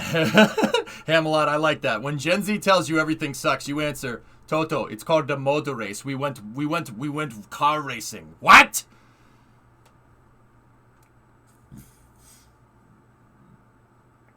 Yeah, Curious Mark, I think, is a better channel for the AGC. There's a YouTube channel about hardware engineering, about computer hardware engineering called Curious Mark. And Curious Mark got a prototype AGC that still is working, Apollo guidance computer. And then he hooked it up to Orbiter and had it fly the LEM around in Orbiter. There's a mod for Orbiter where you can use the lunar, where you can land on the moon, right? Orbiter is a spaceflight simulator. And he used a Raspberry Pi to get the inputs from the AGC interpolated into the game, and the AGC landed a lunar excursion module in the game, no problem. Dude, it is so cool. It is so freaking cool. Curious Mark is the channel. It's amazing. That's so awesome, dude. I'd just love to sit there and watch it do its thing. That would be so cool. My grandpa worked at IBM on the first computers. He always says he can't believe how far we've come. Yeah, it's unbelievable. It's unbelievable. Alleviate, there's a shorter version on his main channel. Here's the full video. Yeah, okay. Cool. Those are absolutely my feelings about the song. I love that you two have thought deeply into the meaning of it. I mean, that's the whole point of the song is to elicit that, and that's where I think Bo Burnham is super, like that's why I appreciate his work so much because, and you know what, Dave, Bo Burnham's from my neck of the woods. He grew up about 45 minutes away from where I grew up, same state. I get what he's trying to say. There's so much garbage out there. You gotta find the stuff that matters. The space flight is one of those things that matters. At least it matters to me. Yeah, that's what Mark's up to. Restoring the microwave radio equipment. Yeah. It's amazing. Have you seen the show Halt, Catch, and Fire? Negative. Speaking of AGCs, I might have a plan for a future personal project if I can find the time. Sweet. A course that might interest you. Engineering the space shuttle. Oh, sweet. Oh. Is this... Oh, this is EDX, so this is MIT's course, right? It's MITx. Jeffrey Hoffman and Aaron Cohen. Cool. That's pretty sweet. Just disappoints me how relatively few people look at his music for more than just face value. A lot of people, hey, Tay, like that's the thing, man. Here's the other mistake that kids make, and I'm only speaking from experience, all right? And then this kind of stems to the everything sucks thing, okay? The mistake that people make is, you know, look, just because you're enlightened about something doesn't mean that everybody has to be. Not everybody's going to be into the space program. That's just the way it is. You know what? Nor should they be. You know, it sucks, you know, when you come across something that's really, really awesome, right? And, you know, it doesn't spark the same joy in somebody's eyes as it does with yours, right? That might seem like that sucks. But here's what I do. I just show people the spaceflight stuff. I show people the dream is alive. I show people, you know, space shuttle launches, you know. We talk about space. We show Starship all the time. I'm not interested in the fact that people aren't interested in what I like, right? That's not what I try to do. What I try to do is just show people. And if people like it, they like it. If they don't, they don't. Go at throttle up.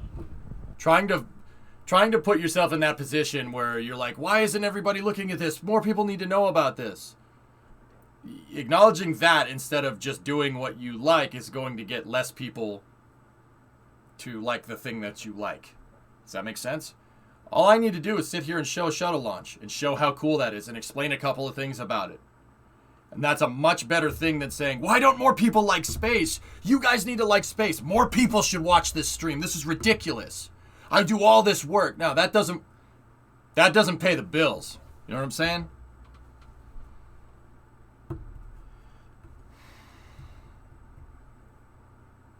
Who the heck is Rich Parnell? Steely-eyed missile man.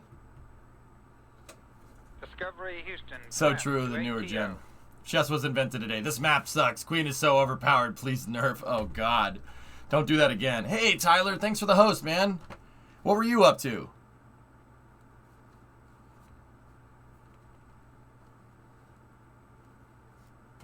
Yeah, Paul. Mm-hmm. Movies as a creative medium always has to draw the fine line between conveying the right amount of information and actually telling the entire story in 2.5 hours. So oftentimes writers will take liberties with the script as long as it gets the point across. That's why, for instance, you know, you see a movie with guns in it and it's blatant that they're firing a blank, right? Or in Predator, you ever watch Predator? Frickin' Jesse Ventura has a frickin' minigun. There's no way in hell you would be able to sit there with a minigun and just be like,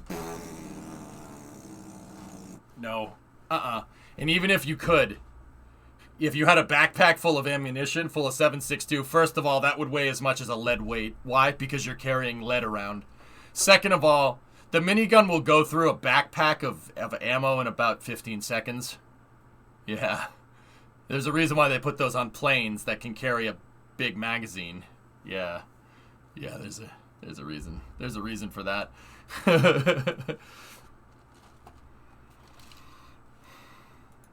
think I saw FPS Russia do it. Now, don't get me wrong, Pigzig. It's possible. You can hold a minigun.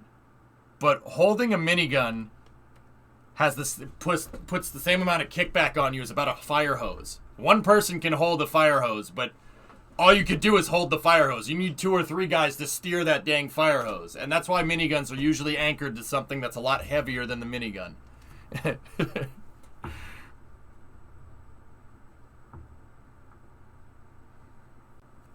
It costs $400,000 to fire this weapon for 12 seconds. Yeah, but also what happens, what comes out of it is pretty cool.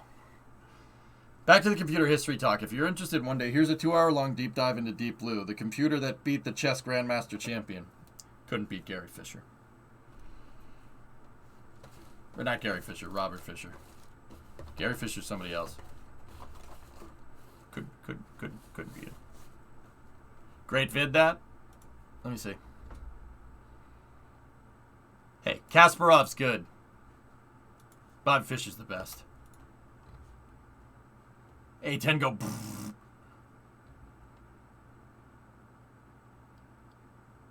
That's cool, man.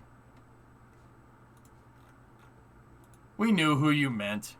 Thanks. I had to correct myself real fast whenever I misspeak, or else I get 20 people in the chat doing it for me. Oh boy. All right. Let's see. What else? What other space news stuff do we have? Oh, welcome to Space News, by the way. Just thought I'd let you know. Deep Blue down the rabbit hole. So, I have the engine controller stuff with SLS. We already talked about that. All right. Chris linked this. What is this about?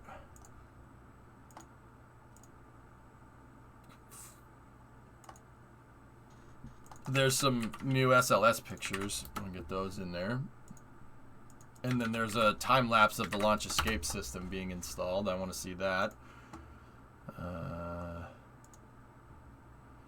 There's Total Wolf talking to Knight Rider. Yeah. And then there's this. Number 15 Burger King. What lettuce? The last thing you'd want in your Burger King burgers. Number 15 Burger King. What lettuce? Sorry. Astra is at the Cape. That's another one. Yep. Here. I can redeem myself. I swear. I can redeem myself. Did you replace Wario with White Claw? No, that's White Claw Elon.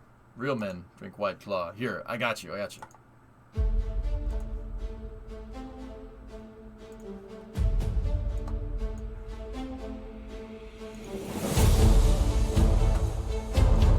Here, we'll watch the time lapse to this.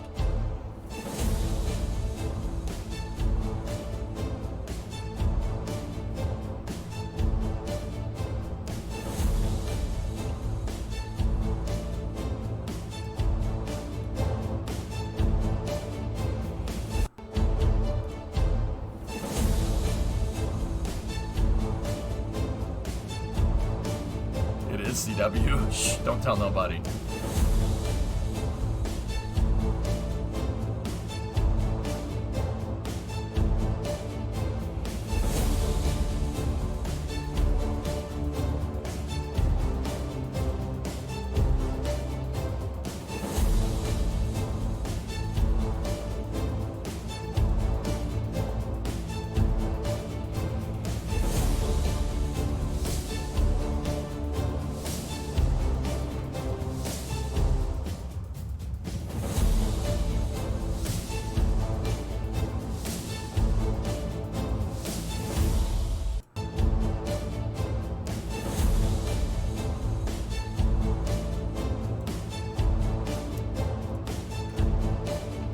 How long did this take? A couple of months.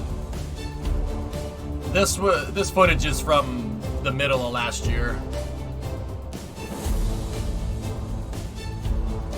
That's the launch escape system for the Artemis 1 Orion capsule.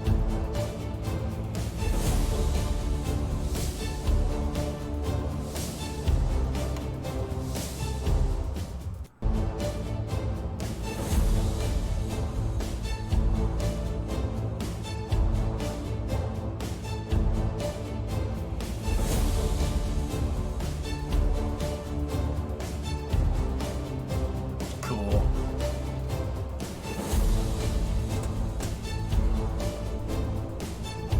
Is the entire capsule reusable or parts of it? Parts. But the capsule will eventually look to move to reuse. A lot of the computers from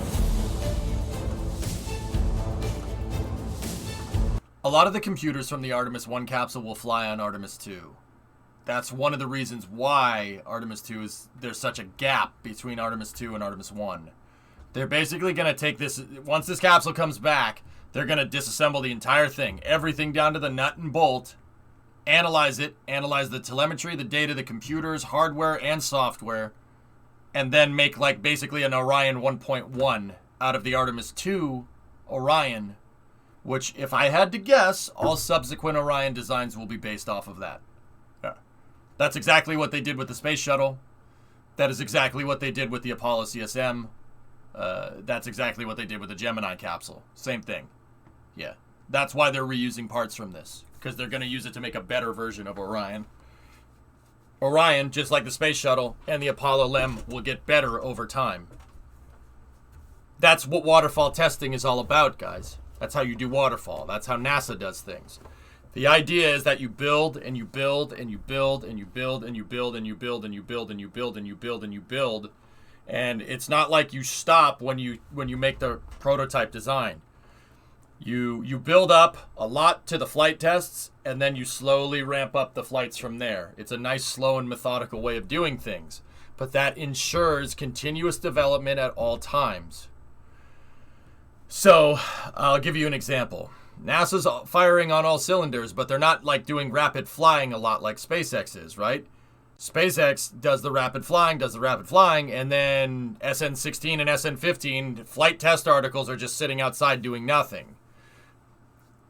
If SpaceX was doing this NASA's way, first and foremost, it would take way longer than Elon Musk's time, right? That's an important thing to understand. And two, they would probably be taking parts off of SN15 and putting them on SN21. But you got to understand that that's not how SpaceX operates. SpaceX is much more of an agile format. They want to aim for mass production. It's all about building as many starships as you possibly freaking can, because that'll help you with reuse, right? Just like they did with Falcon 9s. You know, you lose one, okay, another takes its spot. You want to mass produce rockets. So an agile form of testing is much better, and rapid prototyping is much better for mass production, because with mass production, you're making a new version all the time. So it makes sense to just keep upgrading and keep upgrading and keep upgrading and keep upgrading. NASA does things a little bit differently. That's correct, Pigzig. You got it. Is this at the top of the high bay? No. John, this is the Orion Launch Escape System Integration Bay. They keep this in a separate building because explodey bits. Now, keep in mind, Artemis 1's launch escape system or launch abort system is inerted. That's just an empty pipe with some concrete in it or something. It's mass simulated. That thing is empty. It's inerted. It's an inert abort system, except for the separator part. For like when it pops off, that's the jettison mechanism, not the launch escape mechanism, is working. The rest of it is a dud.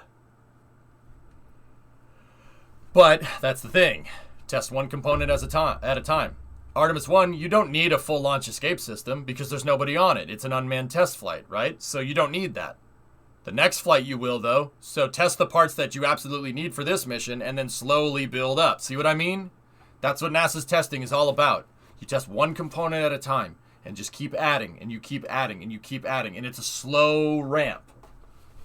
And then, hopefully on the end of that ramp, the the slow ramp is a freaking cliff and we're launching to the moon 4 times a year, hopefully. That's the plan. That would be nice. I'll take that. But see, I'm greedy. This is what people don't know about me. I'm greedy. I don't give a frick if it's this. I don't care if it's Starship. I want SLS launching 4 times a year to the moon. And I want Starship launching every day.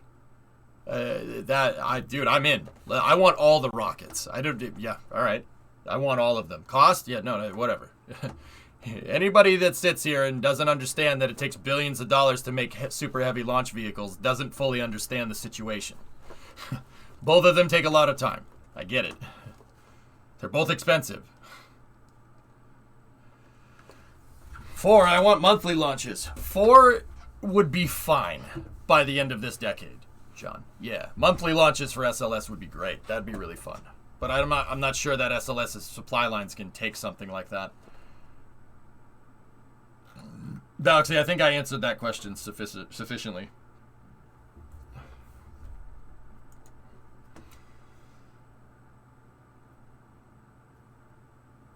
Yeah, we walk and we talk on the moon. Yep. So, also, here's a little bit of an image dump. This is off a Reddit thread here. Ew. A little bit of an image dump of the forward join for the second piece of SLS hardware. The forward join is when they take the liquid oxygen tank, the inner tank, and the forward skirt and attach them all together.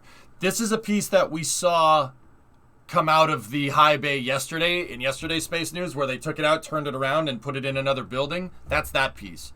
They build this part of the rocket vertical, and they build the rest of the rocket horizontal. They do final assembly horizontal,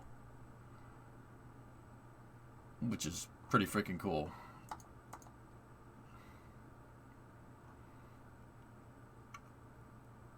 That's cool, man. Yeah, this is one of the high bays at Michoud in Louisiana. Cool story. Actually, well, fun fact. You notice how SLS has a lot more room here? There's a lot of room between this and the outside. Anybody know why? Anybody know why this would be such a wide diameter as opposed to SLS's diameter? This is, dude, who knows the trivia question? It's because this vertical integration bay was built for the Saturn V. It's the same one. Yeah, here, I have a picture of it if you would like to see it. It's the Saturn V's facilities. They're just using it again. Good. They should do that. I thought I had a picture of it in here. Hold on. I have this picture, if you like that. I like that picture. I don't think it's built for Nova. I think that one was built for Saturn V. Yeah. This is down the hall from that high bay, by the way. Yeah. So, if you look, they assembled parts of the Saturn V vertically, and then assembled other parts horizontally. Soil can go in between. No, that's something different. That's something different. 0 defects goal. Beast mode. Oh. 10-meter core stage diameter. 10 meters. 33.3 feet. That's freaking beast mode, man. I have a bunch of cool pictures like this. Here, look at this one. You want to know what my favorite part about this picture is? This, once again, and this is down the hall from that high bay. Want to know what my favorite part about this picture is? Okay, quite literally, so you have a Saturn V forward skirt right here for the first stage. That's a first stage forward skirt. That's the thing that's at the top of at the top. Yeah, no, actually, that could be part of the engine section. Either way. Actually, no, that's an inner stage. That's the very top of the first stage, where the second stage would be. So, you have your inner stage here. Look at the cart that this thing is on. It's the skirt. Ian, yeah, I think so. Your last, please. Okay. If we could build 2 Virginia-class boats per year, then we can make more rockets. You will get no argument from me there, John. And for the record, Sile, I have what you have, and Balaxy, I also have what you have. For the record, dude, I would also want more Virginias as well. Can we make like one Virginia a month and like one SLS a month? Can we do that? Can we do that? What do we need them for? I don't frickin' know. How about we take a Virginia and we just launch it into space? It's fine. Look at the cart. It's frickin' the cart looks like it should be toting around a frickin' covered wagon or whatever. And the other picture here is that look at these tool benches. You'd think nowadays you'd see a tool bench like that in a place where they make rockets. Look at the jigs for manufacturing interstage parts. Oh, that's the best part. The tools that make the machine. Look at the machining jigs. Oh, that's so cool. That's the best, man.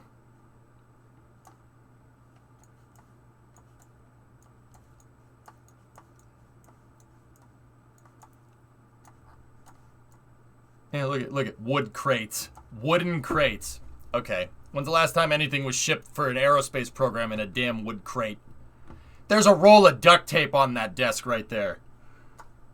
That's so cool. Yeah, just engine skirts, just chilling. Also, the trash cans look cooler. Okay. Discovery, go at throttle up. Oh, cool photos. Yeah, boss. These are some of my favorites, man. Look. Look over there. That looks like a downcomer to me. There's an engine section.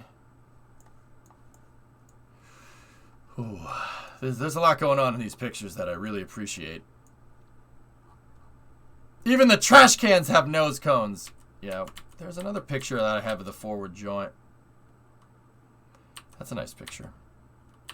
How did that sneak in here? Whatever. 4670 test stand at Marshall. Bro.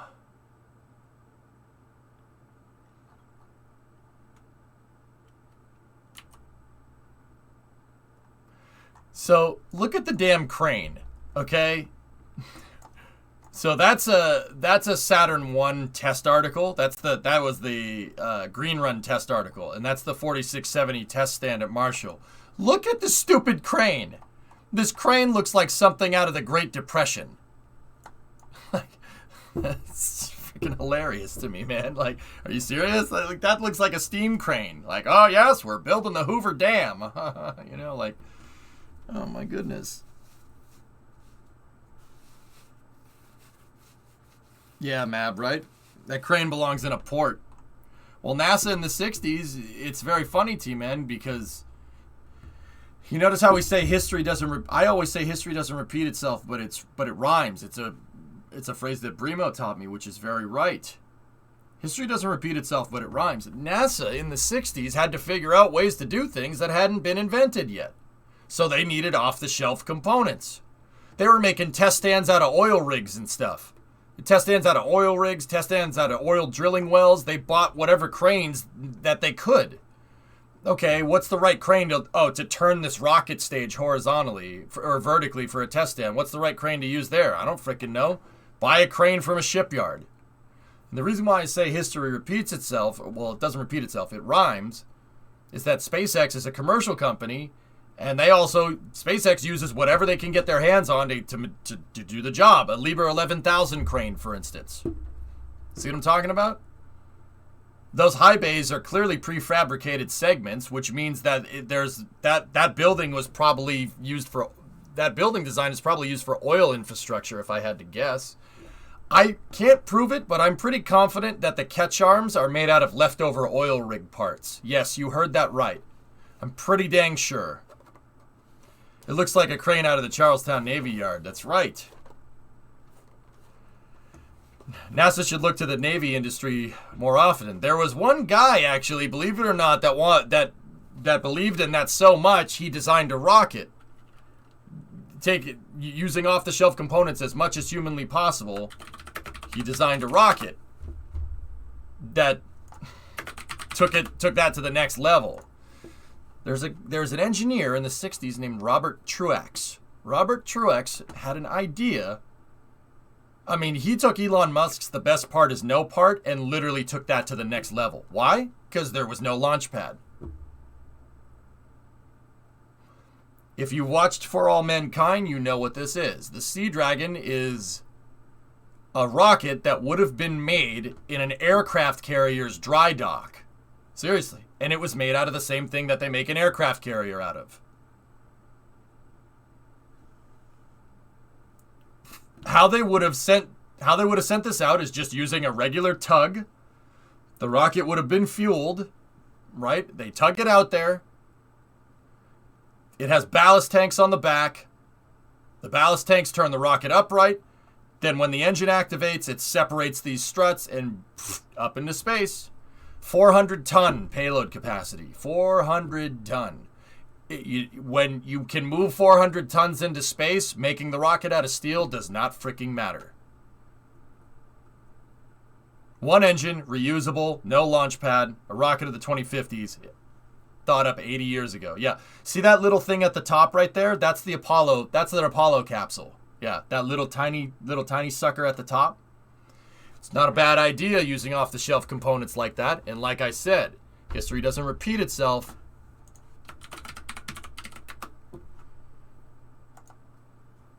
But it sure does rhyme. Stainless steel, same idea. Little bit of a different application though. Buongiorno, Alucard. What's up? How loud would it be in that capsule? I would wear earplugs. Halsey, it's probably pretty loud.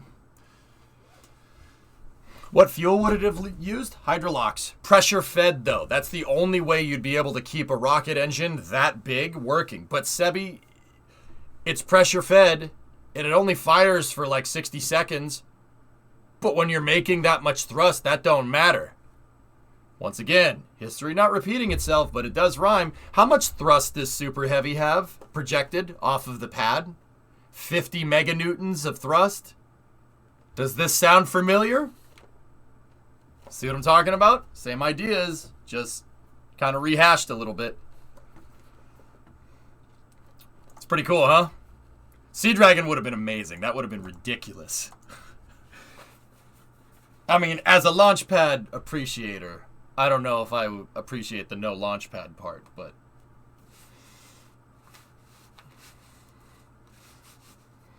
I don't know if I appreciate that part, but you know.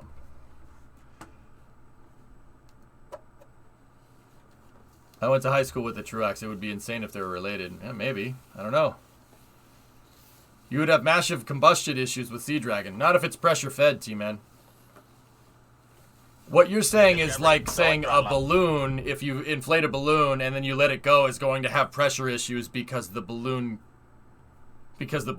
nozzle is too big? No. When you're pressure fed, that doesn't matter.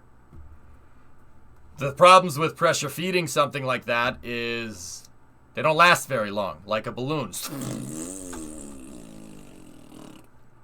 But the idea, T-Man, is if you make it big enough, that doesn't matter. It'll have enough energy to move whatever.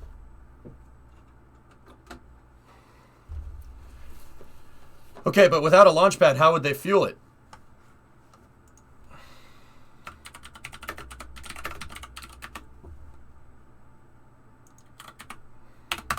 Give me one moment. I can get you a picture.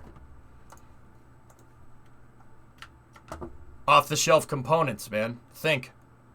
Off-the-shelf components. What do you think I'm about to show you a picture of?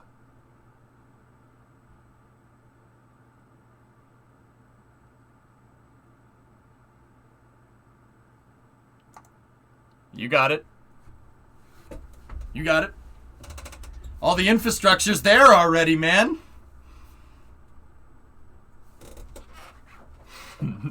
There you go. Your refueling paraphernalia is already there. It's actually really smart, man. How far did they get into building Sea Dragon? Paper rocket Singularity. Never got off the ground. Never even fabricated a piece of it. Smart, right? Sea Dragon is pretty genius, dude. If I do say so myself, that's pretty damn smart. But anyway, yeah. Rockets are cool, man.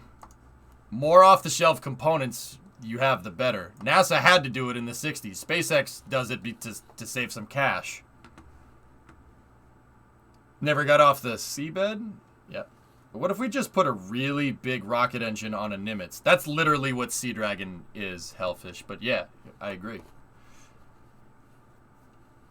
Sea Dragon basically works like an SLBM. Yeah, Paul. Yeah, use as much off-the-shelf technologies that exist at the time. It's actually, dude, like, it seems absurd shooting a rocket out of the water.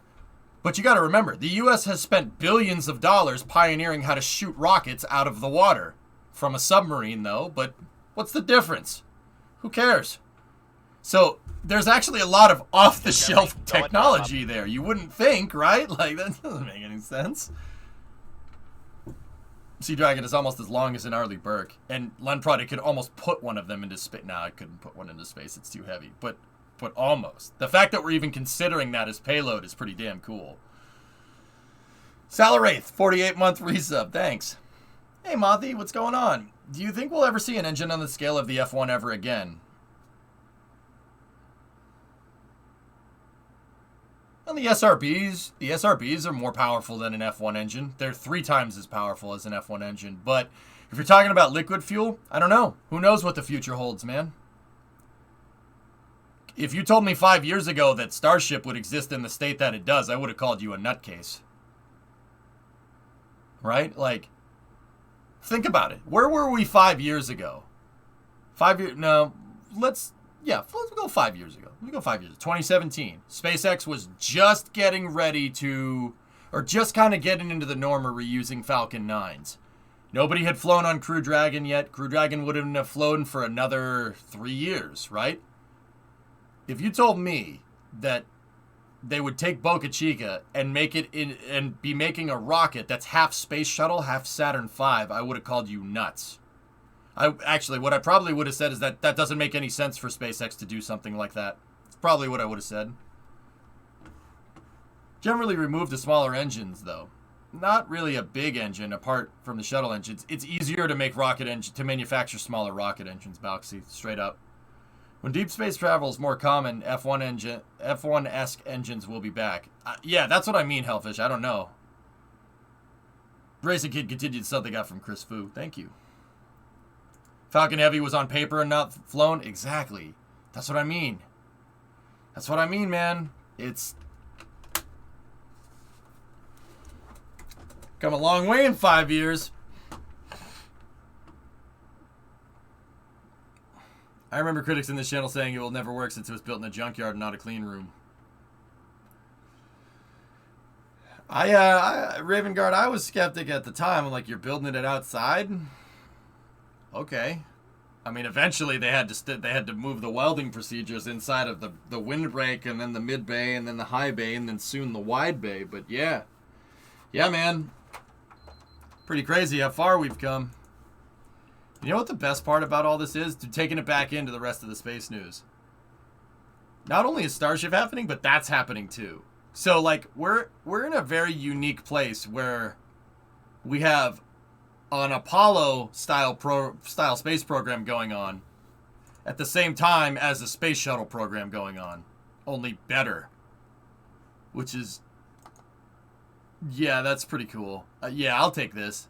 Remember a second ago when I was like, yeah, there's a lot of cool things going on right now? There you go. So what do they plan to do on the moon this time? Learn how to live on the moon, Singularity. If you learn how to live on the moon, you can live almost on any planet in this solar system that's not a gas giant. You could live almost anywhere. The moon is extremely difficult. It's extremely difficult to live sustainably on the moon. If we can get to the moon and live there sustainably, we can making a base on Mars would be a cakewalk compared to that. Don't get me wrong, you're shifting difficulty. Making the base wouldn't be hard. Making the rocket to get you there would be harder. You see what I'm talking about? You're shifting difficulties to other places, but the moon is a good place to start because it's so close. We should use super heavy boosters in place of the SLS SRBs. Well, you just replace the core stage and the boosters with super heavy and put an EUS on top of that at this point, Hellfish. That would be way better.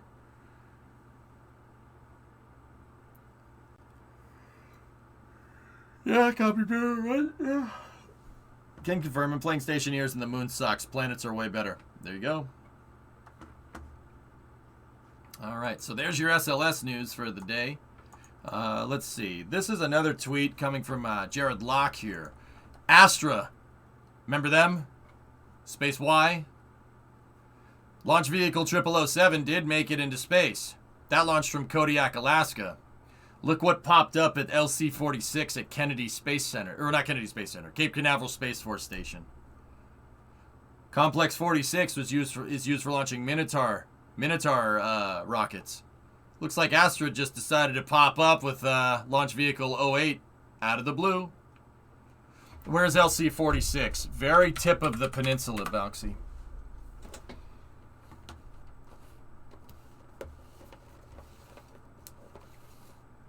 I don't know, username. 46 is right at the tip of the spear. That's Complex 46. The last launch from 46 was Orion's abort flight test. Yep, Astra just set up shop over here.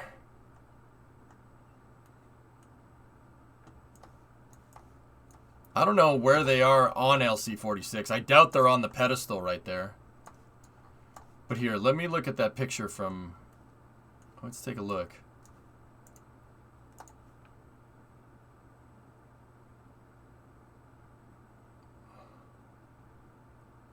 That's the mobile service tower. And the service tower staircases are facing towards us. So that means Jared took that picture this way.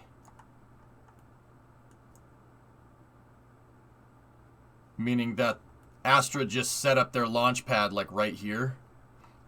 Astra, you know, I always said like, oh, a parking lot isn't a rocket launch pad. Well, Astra disagrees. I honestly expected that Blue Origin would have used the pad for New Glenn. Wait. Used LC-46? Wait, why?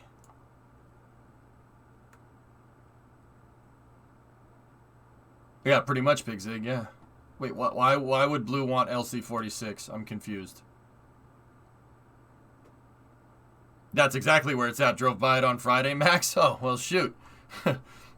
I was just looking at the picture, orientation of the service structure, and then this doesn't have the lightning rods on it because this is an old picture.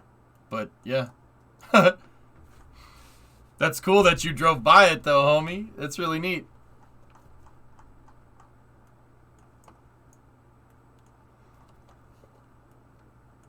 I like Astra, man. And you know why I like Astra? Ever since 0006 went sideways off the pad and kept going, I've liked Astra. Because that's damn good design, dude. Everybody was like, oh my god, the rocket failed. I'm like, no, are you kidding me? How many rockets you know fly sideways off the pad and keep going up? That usually doesn't happen. That's so damn cool. Yeah, username, it's a big flat area surrounded by nothing. I honestly would have thought that would have been good sites that you're building from basically nothing. Well, I mean, Blue is just next door. They took 3 huge flat areas. 1, 2, and 3. Max is right. I mean, whoop. Here, look at the newest picture. Oh, mama. Ooh. That's nice. That's gonna be very, very nice.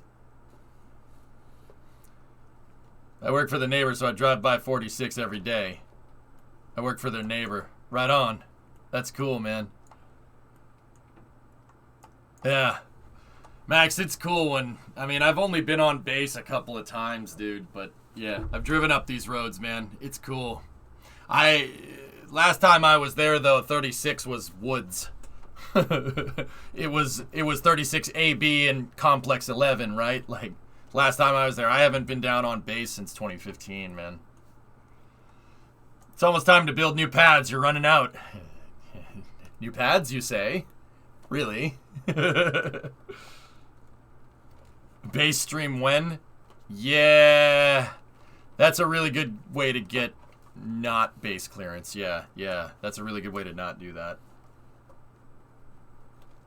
How's Blue Origin's launch complex coming along?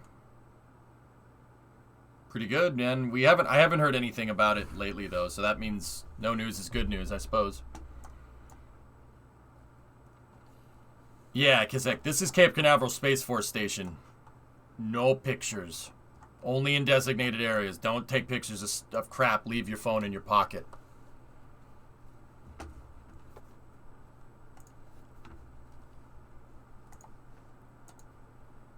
We talking about this pad?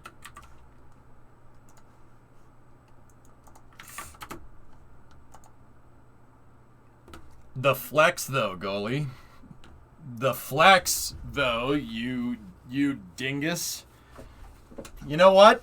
You know what, man? You know what? Now this is happening. Guess what? You may have pictures up close to 46, but guess what I got?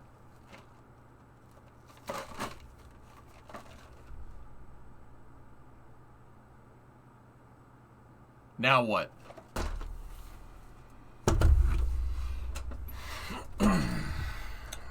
Now what? Thin mints are better? Get out. Get out. Get out of Thin mints. Ugh. After talking about it a couple days ago, I can't get my head around you making a Mechazilla and Starship catching KSP. It's possible, Bomber. Really freaking difficult, but possible. I don't know why they call these Samoas all of a sudden. When I was growing up, I could have sworn these things were called Caramel Delights.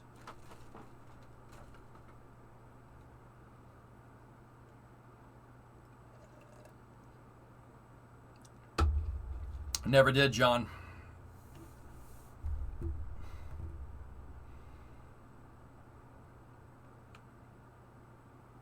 Two names for two factories that make them. Oh, regional thing. Okay.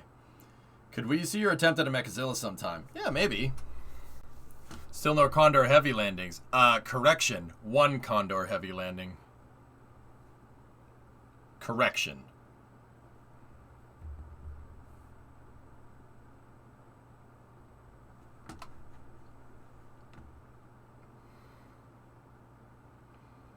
Yeah, John, you just want me to drive near you.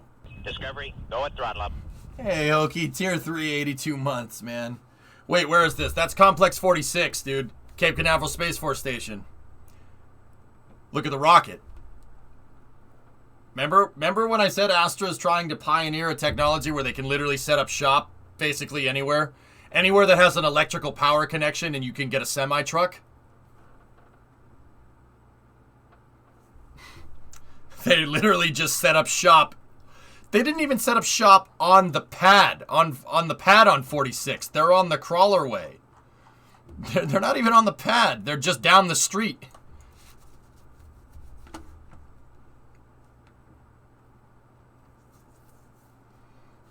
It's ridiculous.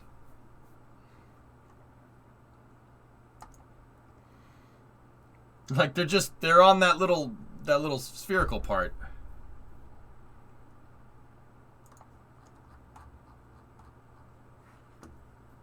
It's freaking cool, man. Can't wait for the Snow Runner mission to deliver an Astra rocket. Hell yeah. In addition to the tweet I sent you.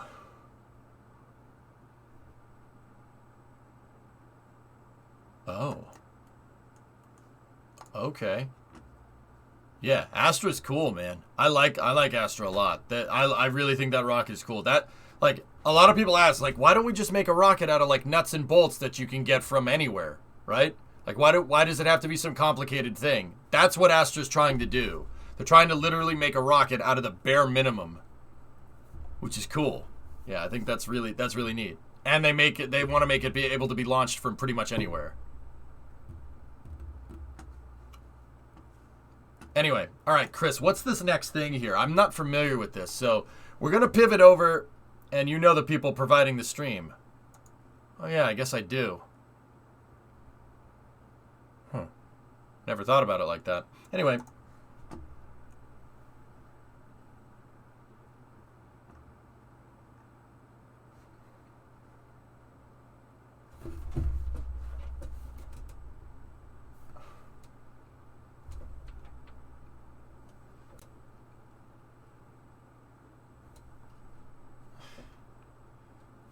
I don't want to live on this planet anymore.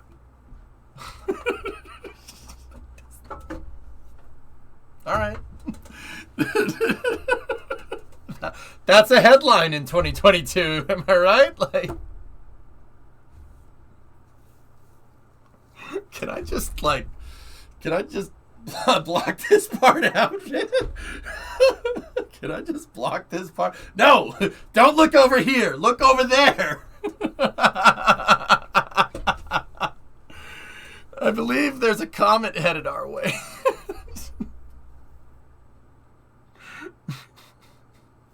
I'm sorry. The real news. Number 15 Burger King. But lettuce. Anyway, what does this say? Last month. I'm sorry. I just can't. Oh my God. You need a link to it? 95. Link the song. Why is Toto trending? No. I'm usually really good about ignoring what happens over here. Let's read about what's up there. Not the no, Mikey, that's so not right. Read about over here. No, Toto, no. Fine, whatever. Oh, okay. Okay. Okay. Never mind. Last month, the FCC asked SpaceX a series of questions about their next generation Starlink constellation, Starlink V2.0 or Gen 2. SpaceX responded back and affirms they will definitely launch it using Starship and could be ready as soon as March of 2022.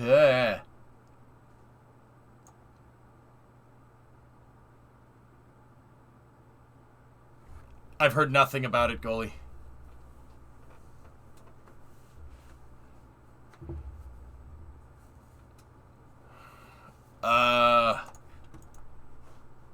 All right, so ready as soon as.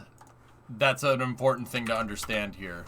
They said it could be ready as soon as this. All right, so there's another document here that is a full thread. All right. Oh, okay. I can't believe I really made a space-only account. All right, sweet. They also give more details about how Gen 1 and Gen 2 will operate together. SpaceX basically says that both will operate together even as Gen 1 replacement satellites are being launched. The terminals will work for both generations of constellations. One of the most daring comments, I should say, is the claim that they intend to be ready for launch of Gen 2 with Starship as soon as March of 2022. It's obviously impossible for this to happen, but shows how committed they are. Okay. The inclinations also indicate that they might need the Cape. SpaceX confirms here that it still intends to begin launching the Gen 2 as a satellite system as early as March 2022, likely beginning with the 43 or 53 degree inclined planes.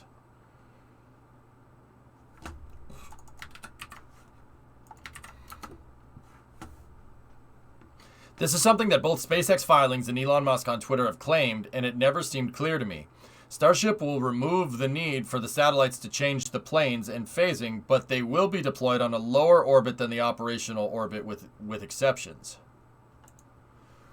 In the amended legal and technical narrative, SpaceX states it will conduct testing of its Gen 2 satellites at low insertion altitudes before orbit raising them to operational altitudes, consistent with the authorization for its first generation satellites. However, elsewhere in the technical attachment, SpaceX states the new configuration of satellites will allow for direct to station launches. SpaceX states that the new configuration of satellites will allow for direct to station launches. That's not the space station. Not that. And we note at least one public statement concerning direct injection of satellites into operational altitude. Please clarify how SpaceX intends to deploy its Gen 2 satellites.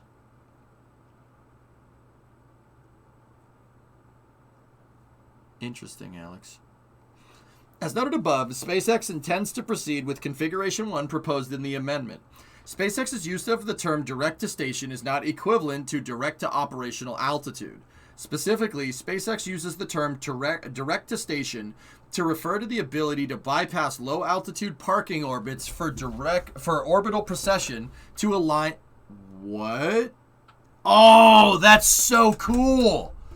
No way! Oh, that's badass, man. All right. Specifically, SpaceX uses the term direct-to-station to refer to the ability to bypass low-altitude parking orbits for orbital precession to align the satellite planes.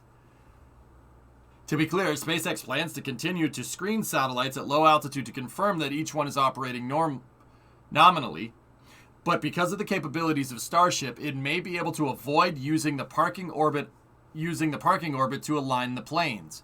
Nonetheless, SpaceX may send satellites directly to higher altitude in infrequent circumstances, such as when SpaceX satellites are included on ride shares of other satellites that require a higher insertion point. That's so cool, man. That's cool. They're going to use, the plan is, well, Starship can't launch at the altitude or at the inclination that Starlink satellites are in. In order to get into the orbits that Starlink satellites are in, you need to launch northeast. You can't launch northeast out of Boca Chica. That'll basically put the rocket flying over Louisiana, flying over New Orleans. I'm pretty sure you don't want the rocket flying over that at any time. Yeah, that's probably not a good idea. I mean, maybe in the future, but who knows? So what SpaceX is proposing is to use Starship, put it into the closest inclined orbit as they possibly can, which would probably mean launching southeast out and using Earth's non-uniform gravitational pull to change the inclination on the Starlink satellites to get them into the final orbit. So long story short, Starship can't reach the inclination, the direction that the satellites need to go in. But if you launch into the correct orbit, that's what direct-to-station for them means. If you launch into the correct orbit, the Earth's non-uniform gravitational pull will perturb the satellites and end up throwing them into the right orbit, which is really freaking cool. That's legit, man. Southwest, you mean? No, I don't. Yes, Mikey, yes, that is so right. Aren't they doing that right now with current Starlinks? No, not necessarily, QQ. From the Cape, you can get right into the 53 degree inclined orbit for Starlink. Falcon 9 can direct insert. It sounds like they might use that to an extent, though. It seems like from what I can see here that SpaceX has used that procedure in the past. My guess is that they used it launching out of Vandenberg. That's my guess. They probably threw the satellites into something similar to a sun-synchronous orbit to get them to move into their final orbits by themselves, which is really cool. And then if you know what? They did do that. If you look at stuffin.space, right, and you type in Starlink,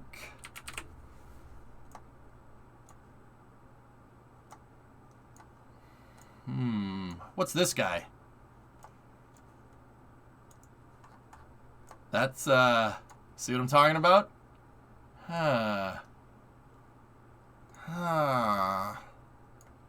Is that cooler than ULA's right attitude of ascending node code? No.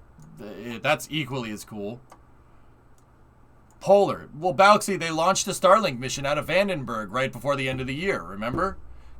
My guess is that they're using that mission to get these Starlink satellites into wherever their final orbit is. The inclination is 70 degrees. 70 degrees? Check the flight azimuth on Flight Club IO that flight. You see if it's 70 degree inclination insertion. I'll bet you it's not. I'll bet you it's a little bit different.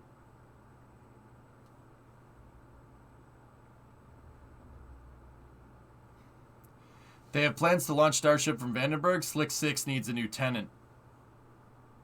I think a new... Edmana... Okay. Let me explain this like this, okay? Slick 6, after the... There's 2 more Delta 4 Heavy launches from Slick 6, right? After that, it has no tenant.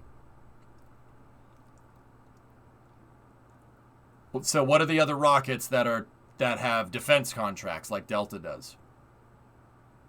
Falcon, Vulcan.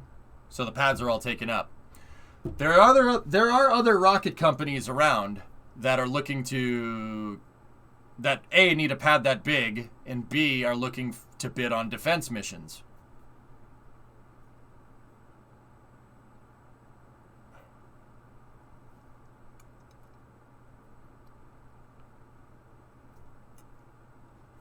That's my guess, dude. Why not? Why wouldn't you? In order to really be able to bid on those defense contracts, you need to have a site at Vandenberg. So that's the logical conclusion there, that Blue Origin's going to scoop up Slick 6. I don't have a problem with this. Do you have a problem with this? I don't have a problem with this. Well, you guys got to read how the NSSL contract goes. The NSSL contract basically says that SpaceX and ULA get 60% and 40% of NSSL launches. That does not mean that, and this is a competition clause that's in the National Security Space Launch contract. They say 60% and 40%. ULA getting 60, SpaceX getting 40 of the defense launches, right? But that doesn't mean that's 100% of all the defense launches. That means that's 60 and 40% of the launches that were allocated for the two NSSL bidders. Meaning that there's an open bid period and there's a pretty damn good amount of missions that aren't assigned, that won't be assigned to SpaceX or ULA, that other people can bid on. And let me tell you, Uncle Sam wants to launch a lot of things into space. And I have a feeling that in the future, ULA and SpaceX won't be the only people doing that. Heck, right now, they're not the only people doing that.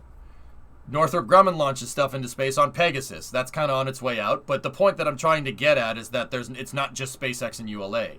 There is a thing in there that there are contracts that are biddable that aren't part of NSSL Phase 2 LSA. Or LSP, excuse me.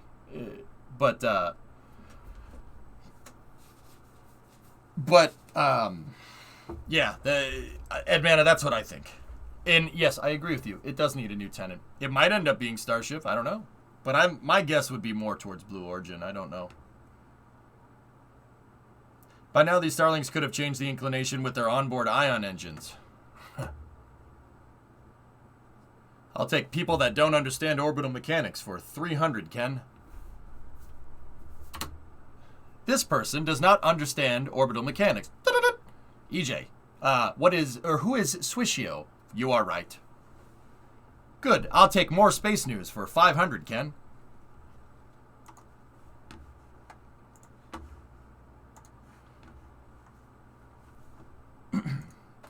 Love you, buddy. You can't say Alex anymore. It has to be Ken now. Who is Ken? Swishio, yes, you're right. They could use the ion engines for changing inclination. Absolutely. But they don't want to. Why? Because that destroys the life of the satellites doing an on-orbit plane change. Changing your inclination is hard. It's hard to take a left-hand turn in space when you're going 17,000 miles an hour this way. It's hard to take a left going that way.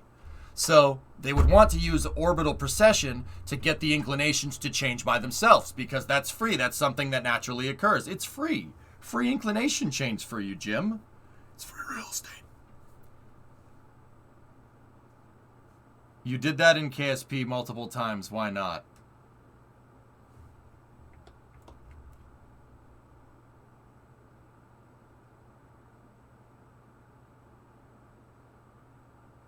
Oh, okay, that's why not.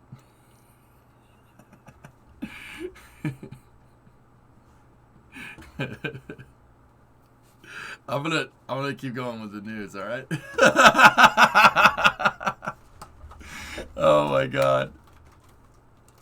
Hey, Michael, what's going on? Last, what's up, Thomas? Clayton, if we find a better way to get into space, we'll find a better way to clean up the junk. SpaceX launched 10 polar satellites with the Transporter 1 mission. Yeah, K-Mir, it could be those. Well, K-Mir, if it is those, that means those things already did it. I mean, guys, I'm not pulling this out of my tail. If you look at...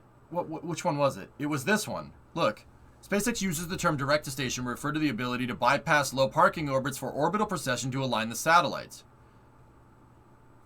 It all but says that they've already tested this, which is pretty rad. That's really cool. The Starlink sat you looked at was launched on 2-1 and was placed in a 70-degree orbit. Well, if that's the case, Thomas, then where are the Starlink satellites that were launched out of the Cape from the other, or out of Vandenberg the other day? Did those already move into a regular orbit? I'll take what to not put on your NASA application for 500. Transporter 1 was a 97.5 degree inclination. So, Kamir, they have done this. They've used orbital precessions to change inclination on Starlink satellites.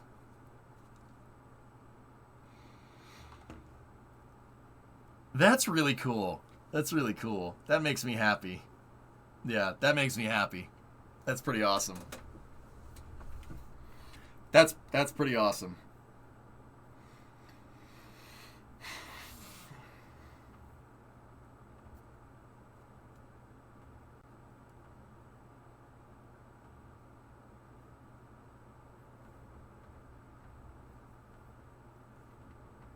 The last Vandy launch put the satellites in a 53-degree inclined orbit.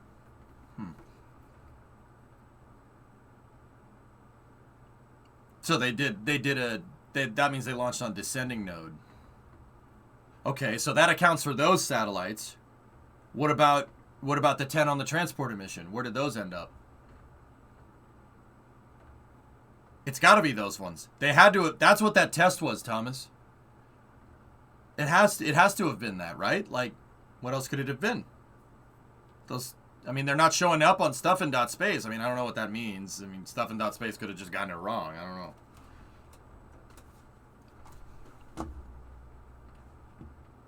Well, not apparently. They did, username. They did launch that close to the coast. Anyway, I'm going to continue with this. Let's keep reading. That's actually really cool. Later in the document, SpaceX clarifies how the reliability of Gen 2 sats will compare with other generations. Cool. Towards the end, SpaceX specifies that the development system for Gen 2 is not finalized, but could also imply the use of tension rods as they currently use on Gen 1. This is a great thread.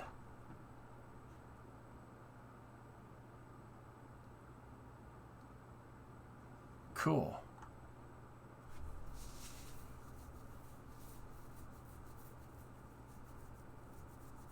Cool. The subject is at the top, Maka.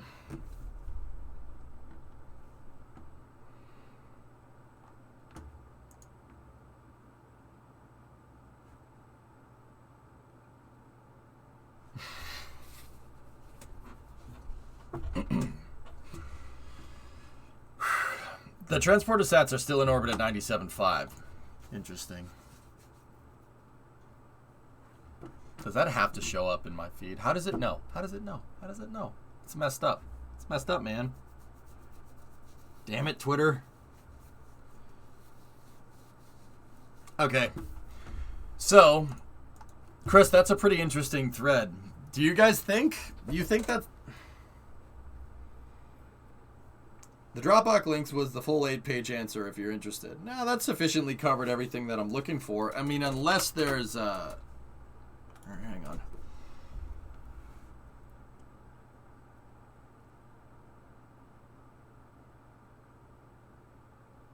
Do you guys mind if I skim through this for a second? I'm going to read it quick.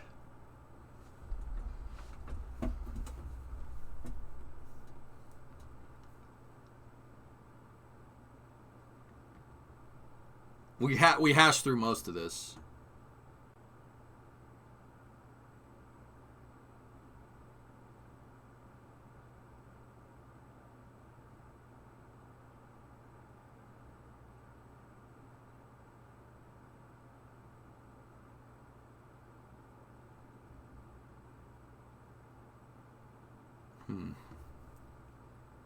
LV8 is horizontal again.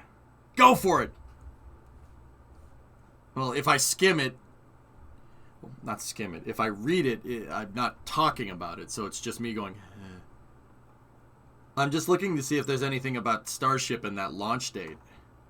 if there's anything else about Starship in that launch date.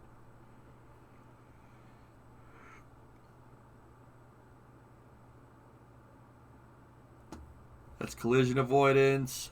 Maintain an overall probability of collision with small debris down to the 1 millimeter in diameter, sufficient to prevent compliance with post-mission disposal maneuvers. Okay.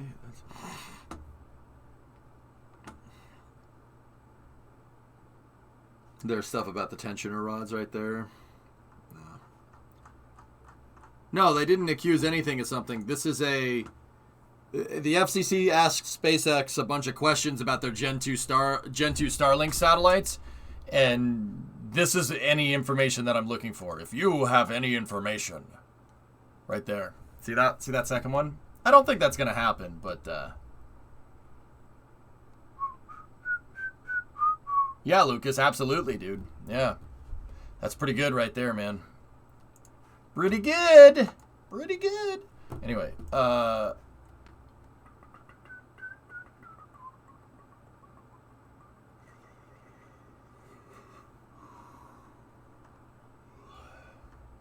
I'm just reading through it again. No, there's nothing. There's nothing else. March 22. G ready for revenue launches early. I think that just might be another optimistic goal set by SpaceX. And you know what? There's nothing wrong with that. There's nothing wrong with having optimistic goals, especially when you're in the space program. You kind of have to be. You kind of have to do something as crazy as Starship. But yeah, I'm not sure if that's going to be the thing. But if that's going to be the case. But you painted a planet today and it looks like garbage. Alright, so paint a better one then. Frick your couch. Why'd you put your feet into his couch? Because he could buy another one. Frick your couch. Frick your planet, Lucas. Draw another one, you artsy mother trucker. Draw another one. Only way you're going to make the planet not look like garbage is if you keep doing it enough to where you get good at it. What's this I hear that the Chinese are mad at Starlink? The Chinese sent a formal complaint to the UN about having to maneuver their space station out of the way from a Starlink satellite.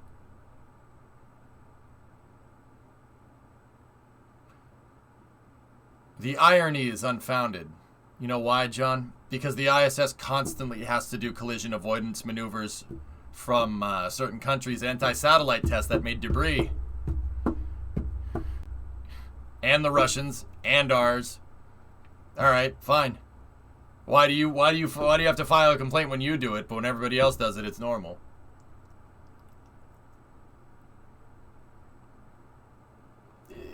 You have to realize the absurdity of this.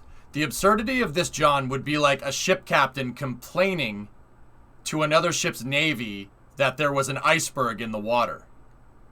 Bro, everyone has to maneuver around that. Everybody has to maneuver around that. Oh, well, that iceberg's in the way of my ship's course. I had to maneuver around the iceberg. Can you guys believe that? I had to maneuver around it? Am I right? We're going to write an angry letter. Sit down, Karen. Sit down. Everyone does that. Because it violates their control over Bing Chilling. Yeah, Bing Chilling. Uh-huh. Mm-hmm. Yes. You could nuke the iceberg. No. Yeah, John, I don't know. That seems like Rule 8 bananas to me, so I didn't really make that big of a deal out of it. The altitudes of space stations and Starlink are widely far apart. Yeah, Sidegel, that's another thing. Oh, we had to do a collision avoidance maneuver with Starlink. Starlink's at 550 kilometers and a space station's at 400. But we had to avoid it. It's like, okay. How does the ISS make maneuvers? It needs to move a significant amount to avoid a whole satellite. The Zvezda service module, Maka. The Russian... The Zvezda module is the service module. It's the propulsion system for the space station. Guys, the space station is not a space station. It's a spacecraft. It's just a spacecraft that doesn't have very long range. Can't go very far. It doesn't have a lot of delta V. But it does. Think of it like an oil rig that's kind of floating over floating over an oil well. The floating kind of oil rigs. The floating oil rigs need thrusters, and they can maneuver. They can maneuver, and they can even sail in some instances, right? If it's not drilling a well, the oil rig can move, right? It's basically two boat hulls that the rig is sitting on, right? The space station is like that. It is not stationary, contrary to its name. And also, maneuverable oil rigs are really cool.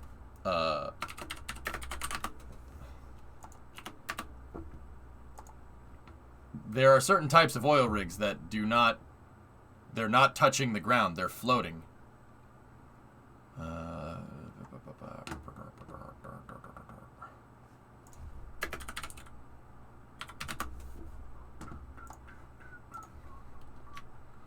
Here. Oop. See, floating production systems right in the center. That's what the space station is like. That still has maneuvering thrusters on it. But yeah, that's a ship. Actually, you know what? You know what's using... Let's, I'll draw this all back together, Maki. You want to hear something really cool? Do you know there's a certain piece of hardware that we talk about fairly constantly that is using oil rig thrusters on it, and it has to do with the space program. Does anybody know what it is? You guys got it. The drone ships. SpaceX's autonomous spaceport drone ships, where do you think they got the thrusters from? The ASDS. They're oil rig thrusters. True story. We saw them like practically lift one off of an oil rig and put it on the drone ship.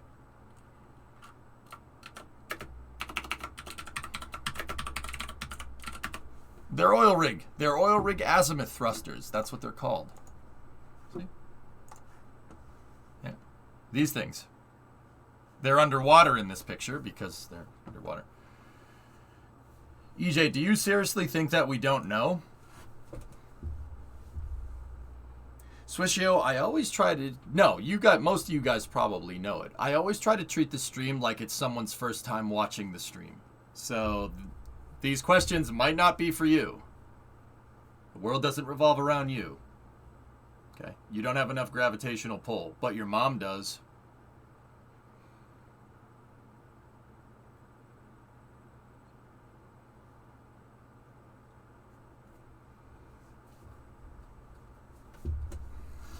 Now what?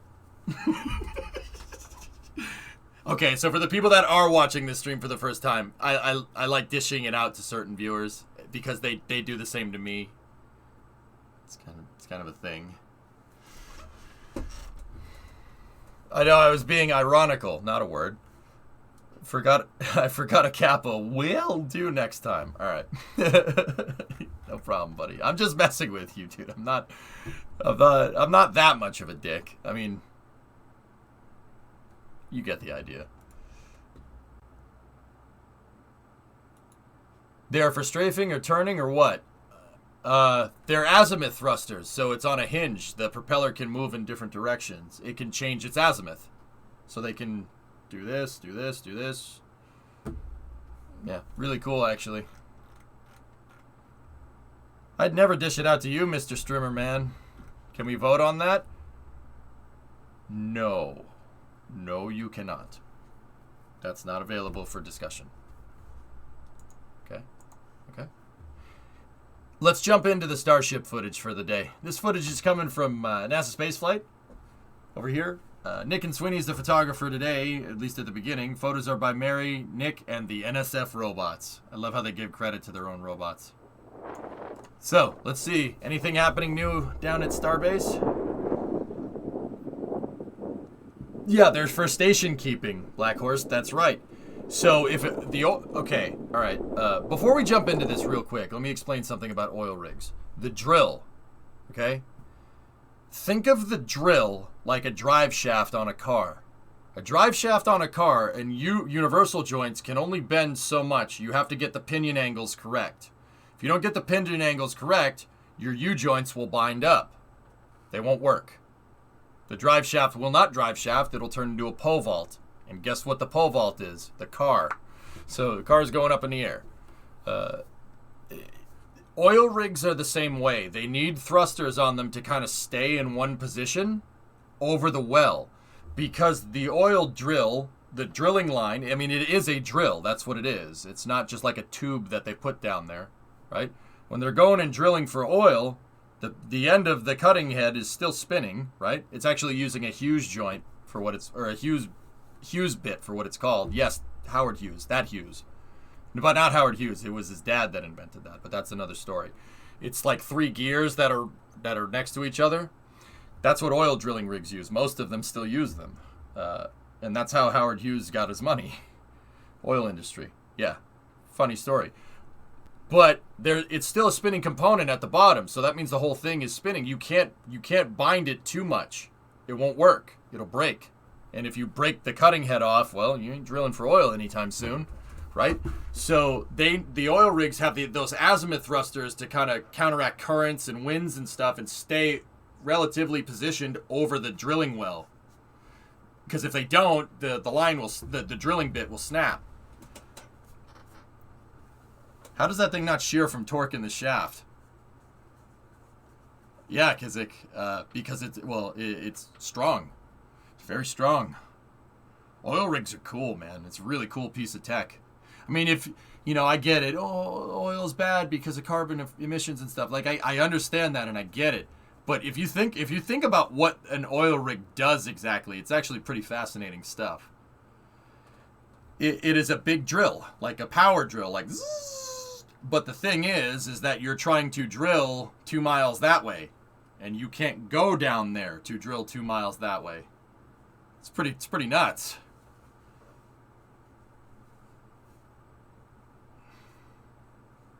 Yeah, there is some play. Don't get me wrong. The drill bits don't need to be perfectly straight. Even with universal joints, you can account for some bend. You're always going to get bend. That's like taking a rope from the top of a skyscraper and, hoping that wind isn't going to take the rope and make it do this, and it's going to stay perfectly straight. Well, no, that's not how that works. Did SpaceX buy the floating kind or the big tower-looking ones? Floating kinds. Bagel Buddy, yeah, they have floating. They bought 2 floating ones. No, they're not, Forlorn. They're freaking cool. They're freaking cool. It's a cool piece of tech, just like everything else. I don't even understand how those drill bits can chew up the rock. It's called a Hughes bit. Seriously, Hughes bit, like Howard Hughes. Howard Hughes' dad invented that. That's how it does it. That's a Hughes bit right there. Still use them. They still use these things today. That's how good of a design that was. And Howard Hughes' dad had the patent for it. And that's how Howard Hughes made all of his money. They still Hughes them. And it's funny because Howard Hughes parried that into a bunch of different industries. One of them was making movies, the other one was making airplanes.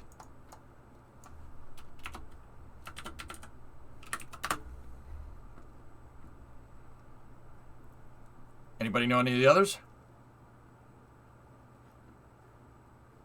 Anybody have HughesNet as an internet service provider? Hughes nowadays makes satellites. Yeah, true story.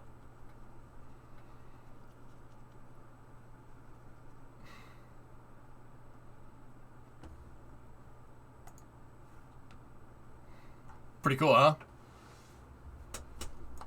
Used to. Garbo. Oops.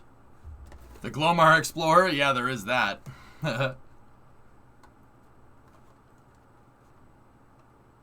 Yeah, the Glomar Explorer was cool, man. Hughes also worked with the CIA on a project called Project Azorian. Project Azorian was a ship that basically was designed to look like an oil rig from the outside, but inside of it it had a huge mobile dry dock underneath it. This is some James Bond stuff that actually happened. It had the whole bottom of the ship was hollow, okay? And then this thing, what this thing is, it's designed to look like an oil rig, right? It looks like a mobile drilling ship, right? What this thing is designed to do is grab a submarine from the surface of the bottom of the ocean. Yeah. The whole thing was a front, and it had that sitting underneath it. A claw mechanism that was designed to lift a Soviet submarine, and it partially did. Off topic, did you see the new angle of Senna versus Prost at Suzuka? No, I haven't. A supermoon pool. Yep. So these two outer rigs here were used to hold this yellow thing in place, right?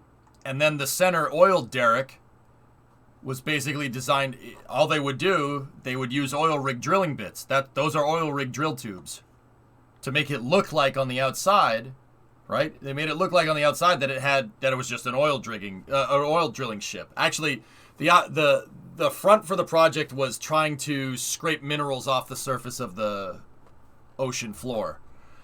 But in reality, it had this thing underneath it. Giant grabber arms that were designed to... They went down and they got a sunken Soviet submarine. Now, unfortunately, the submarine... These claw arms snapped under the pressure when they were trying to pull the stupid thing up. But, yeah, they got some of it. Yeah. Who's Derek? Cover story was to mine... Yeah, there you go, Ingenuber. You got it. Mm-hmm. Undisputed. What's that? The alternative camera angle of the infamous 1989 incident. Oh, that's kind of like what you did to me yesterday at Adelaide.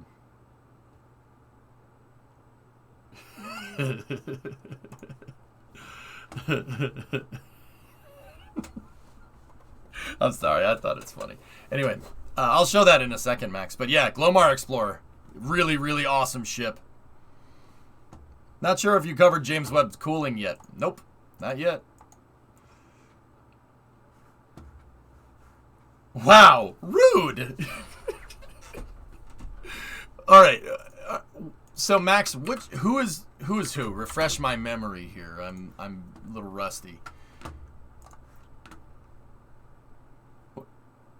Let's see. Ooh.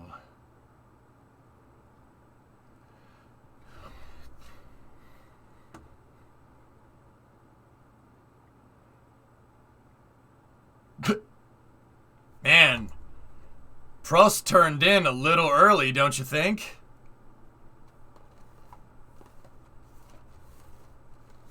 Yeah, Prost turned in super early, dude. Wow.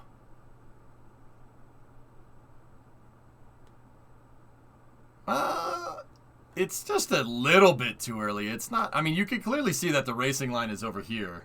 See the shading on the road? That's the racing line. For the Casio Triangle, you want to ride way outside and turn at the last second so you can set yourself up for the apex over here, right? Plus 10 seconds to Kvyat. Yeah. Prost is leading the championship, but the year was dominated by Senna being the bad guy. Yeah. I'm fairly confident that... Yeah, I mean, Prost didn't even attempt to give him room. There's no way he doesn't see him in his mirror. But then again, it ain't his job to adjust to somebody that's not in the racing line. But then again, Prost ain't in the racing line himself. That's technically the inside position. The line is over here. See the shading right there? The racing line's way over here. Yeah, same team. This was McLaren in the 90s, Forlorn. McLaren in the 90s was like... From like 88, 89, 90, and 91, Forlorn, it was like 2016 in Formula 1, where Nico and Lewis were battling it out. Literally that for like 4 years. It's between Ayrton Senna and Alain Prost. But still his turn in is too early. I agree. Yeah, I agree, Starchface. Prost definitely turned in way too early. So, in this scenario, Prost switched. This is technically a switch. So when you're going into a corner, you usually have two lines. You have the inside line and the outside line. The inside line, consider it like a lane on a highway. And then the outside line is also another lane. This is the equivalent of Alan Prost going into Ayrton Senna's lane while he's next to him. That's what it is. Because his lane is over here. Now, see, the thing is that in Formula One or in racing, you have something that's called a racing line. That's the fastest part around the track. There's an ideal line around every track that's the fastest. That's called the racing line. Generally, like in some sports, tie goes to the runner, right? Like in baseball, tie goes to the person running the base. Like, so you'd be safe instead of out if you tie. In racing, whoever is on the racing line or the lane inside or outside that is the racing line they have control of the corner. It's not their fault if someone drives into them if you have the racing line. But see, Senna drove out of the racing line, which is the outside, into the inside, so Senna wouldn't pass him. Which is strange. Yeah, Max, that angle's very telling. I mean, dude, he hit Senna's car with some pretty crazy force. Watch Senna's front wing. Oh,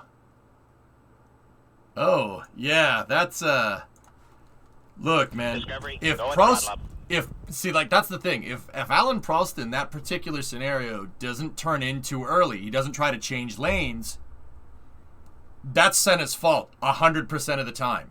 Because he turned in too early, he made it his fault. That's kind of funny, actually. Oh, man. Yeah, Matt, for sure, man, for sure. Also, R.E. Adelaide, I was always there. Oh, shut up. I don't care. I had fun, man. That was a fun track. National social media is wild. Yeah, Swishio, that's cool.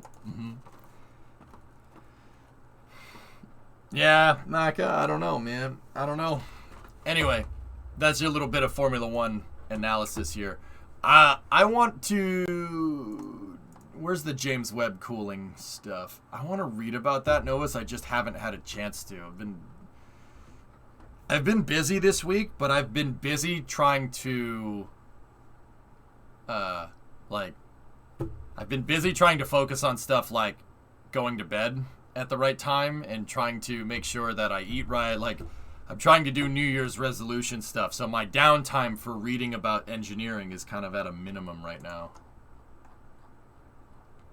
Oh, thanks, man. Thanks for linking it up. I appreciate it. If we have time, I'll read about it. But I kind of want to... That seems like one of those things that I need to read about off stream. But anyway, I already said we'd check the Starship stuff out, so let's jump in.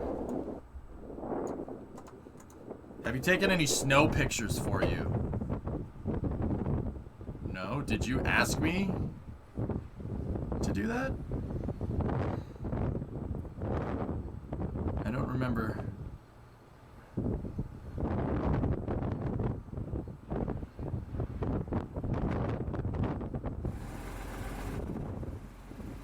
I hate snow, John, so maybe I blanked that out from existence. So, over the last couple of days, they've installed these metal hoods right here. These are no doubt there to deflect rocket exhaust away from this stuff. Because, yeah, when Super Heavy leaves the pad... Yeah, when Super Heavy leaves the pad, there's going to be a lot of heat, let's say, around here. You want to make sure you get that away from the pad so it doesn't wreck it.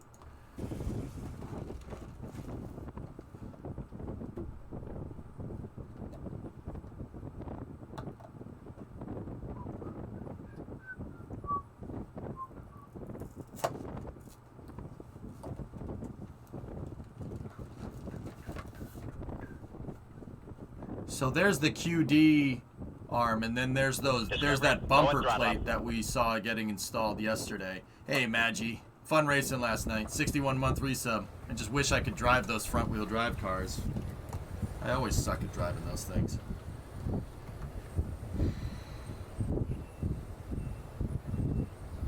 I don't like snow. It's wet, cold, irritating, and it gets everywhere.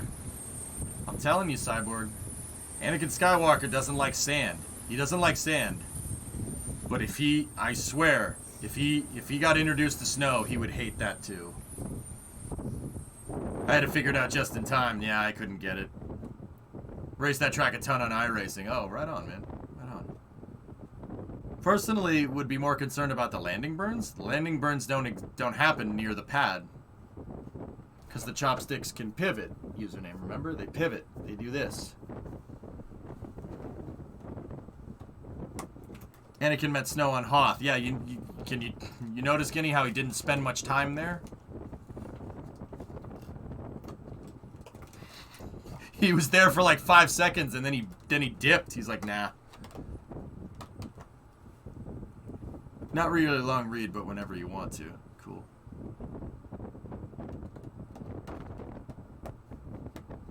Yeah, Cletus. Yeah, Cletus. That makes sense, right? That's a staircase.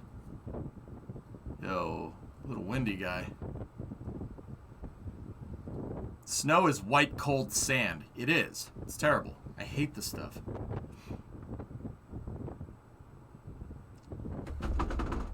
Yeah, go, all right.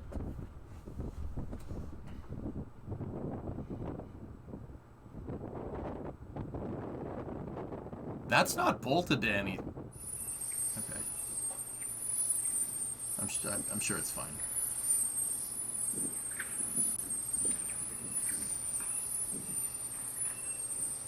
Not just windy, rainy. Look at the guy in the case has the wipers on.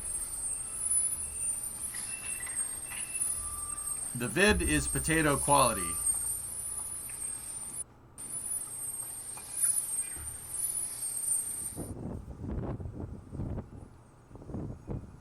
What is that noise? A noise that annoys you. What, that noise? Hey, want to hear the most annoying sound in the world?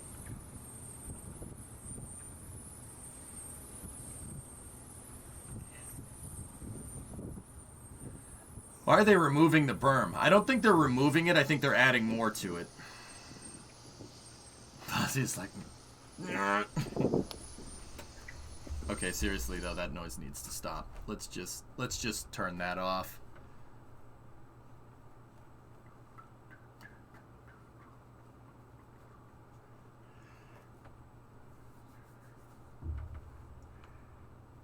Have I seen Booster 3 get scrapped today? Yep. Mm-hmm.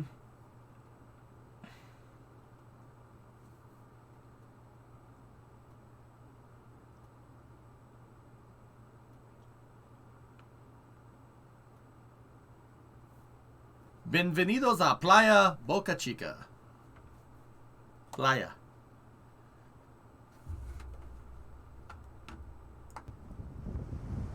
Okay. Okay, it's gone. Did you know that Discord sent Wampus into space? Oh. Cool. See them building the wide bay in the background there.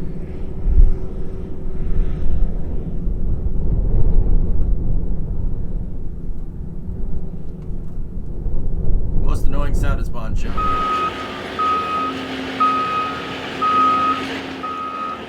know what I'm gonna do? Do we still have volume master on? No, we don't.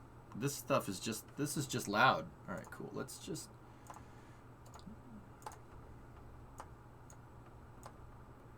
Let's just do that. Much better.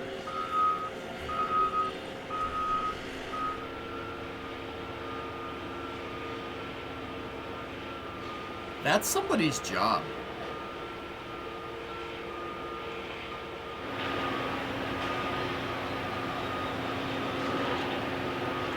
I did, go on.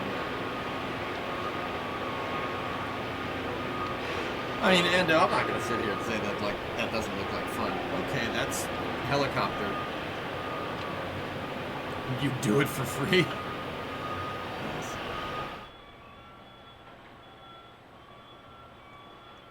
That's just a sub-assembly of the building. That's a piece that they're going to lift up with the crane to put on the actual building.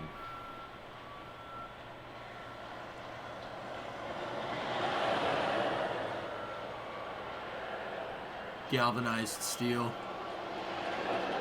See how it has that flaky texture on it? That means that's indicative of a galvanization process.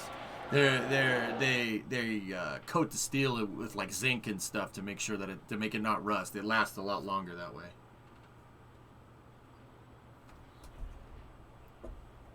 Thank you, Demon.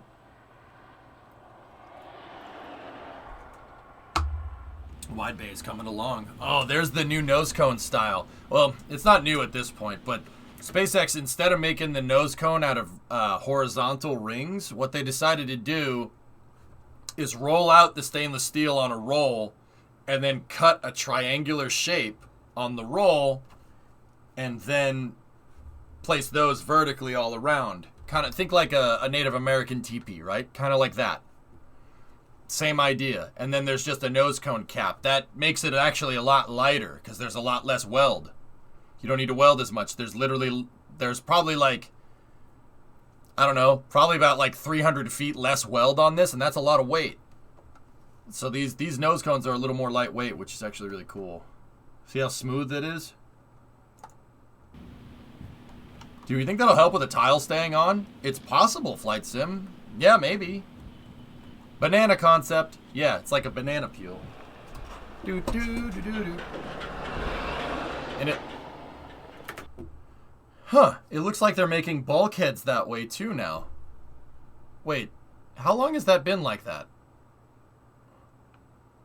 Those bulkheads have been like that for a while, haven't they?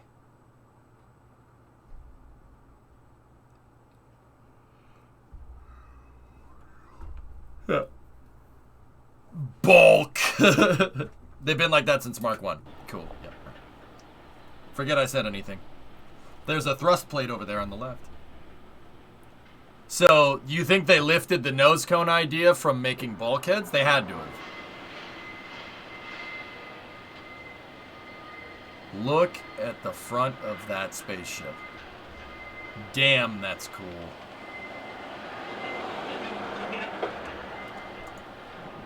Yeah. Vacuum forming hellfish? Yeah, maybe. Hole in the rooftop, EJ. Did you spot it? Yeah, over on the left. I see it. Booster 7, aft locked tank section moved into position. Guys, look at the size of this. Like, dude, every time I watch one of these stupid freaking videos of this one, like I say this almost every day, but it still blows my mind. Look at the damn forklift. Look at the guy on the forklift. Look at how big this subsection is. The scale always screws with me every time, and I know how big this stuff is. It's ridiculous. You look at the forklift, you're like, is that like a mini forklift or something? No, it's just a regular forklift. Look at how big it is. Not the forklift, the section. Forklift! Do we know where their Booster 7 is going to be the next booster orbital test, or is it still 5? Galaxy, I'm thinking 7. 5, putting 5 out to pasture next to SN15 and SN16 really kind of speaks volumes. Hydroform it. Yeah. Nice crane.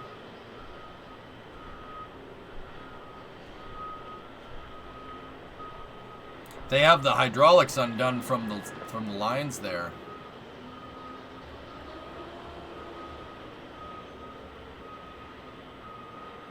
But yeah, I think they put 5 out to pasture, guys.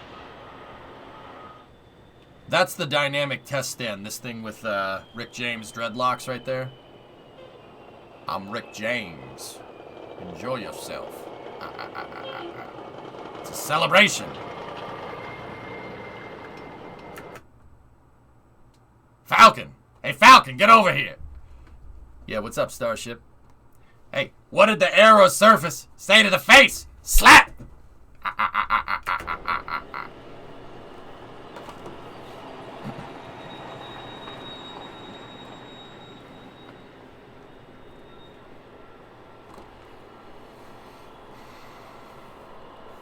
Yeah, Tomas, that's the precise reason why they want to use Booster 7. They want to switch to the 33 variant as soon as possible. They're not bungee cords. Those are that's Kevlar rope. Like a parachute. They look like dreads, man.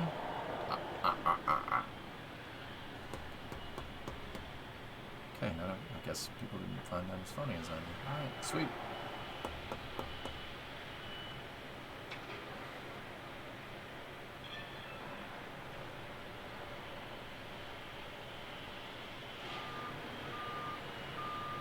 I chuckled? Alright, that's good.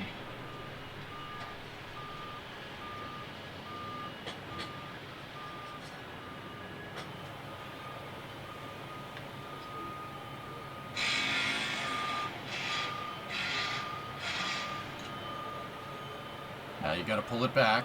Oh no, they're taking it off. Huh. Why?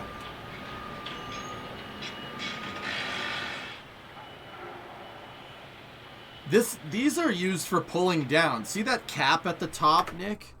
There's hydraulics that these Kevlar ropes attach to, and the hydraulics pull the rope down, and the ropes pull the pull this cap up at the top down. This is a dynamic test stand. This is a dynamic testing stand. Basically, it's designed to imitate compression load. So the compression load, the squishing load that a booster would have from the rocket engines pushing up on it and gravity pushing down on it and aerodynamics pushing down on it during a launch. It's designed to, it's a big hydraulic press. It's a big, you know, people in chat call it a can crusher. That's what it is.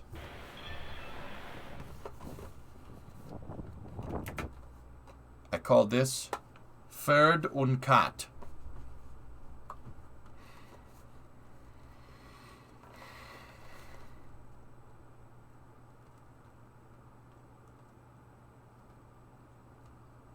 Ferd und Kat.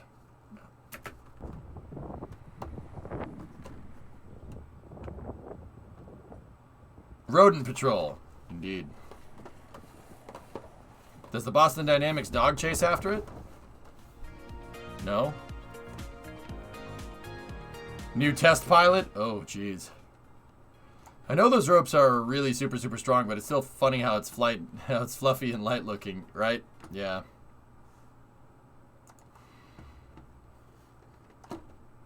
Cats just want to tell that driver about the car's extended warranty. So that's the footage coming from NASA space flight, guys. What time is it? 7:30? Sweet.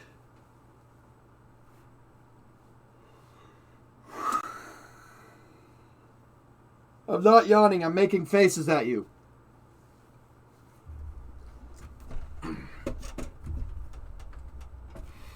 How heavy are those Kevlar ropes? Pretty heavy. I'm gonna hit the hey. All right, Alex. See ya. Always appreciate your Boca Chica news. Well, make sure you go over and support NASA Spaceflight 2 Flight Sim. If you go over and support them, they'll keep letting me look at the footage pretty much unabated. So supporting them inadvertently supports me here. Because yeah, a lot of people like my Starship commentary. So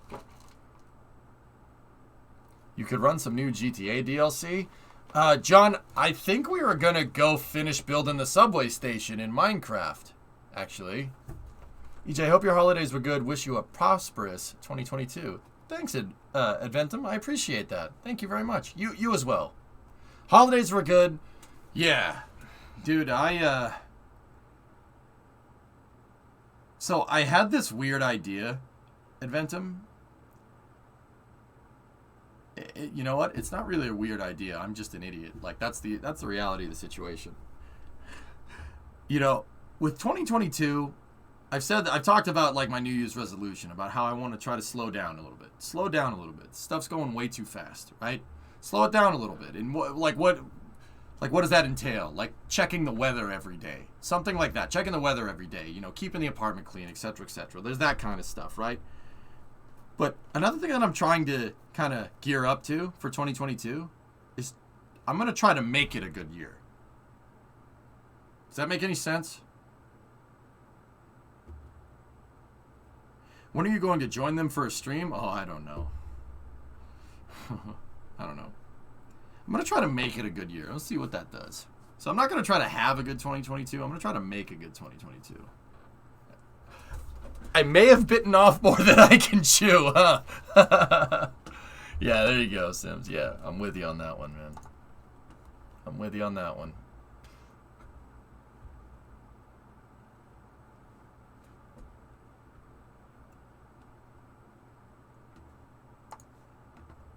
Before I go, Foon found the ultimate solution.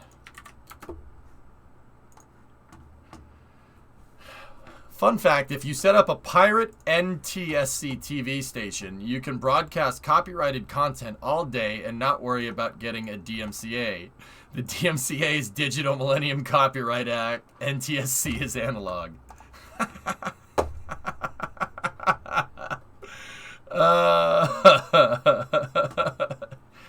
You want me to go get my cathode ray tubes out? Let's go.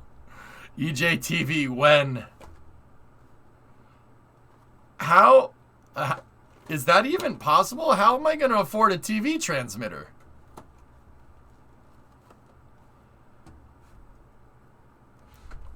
So breaking pace.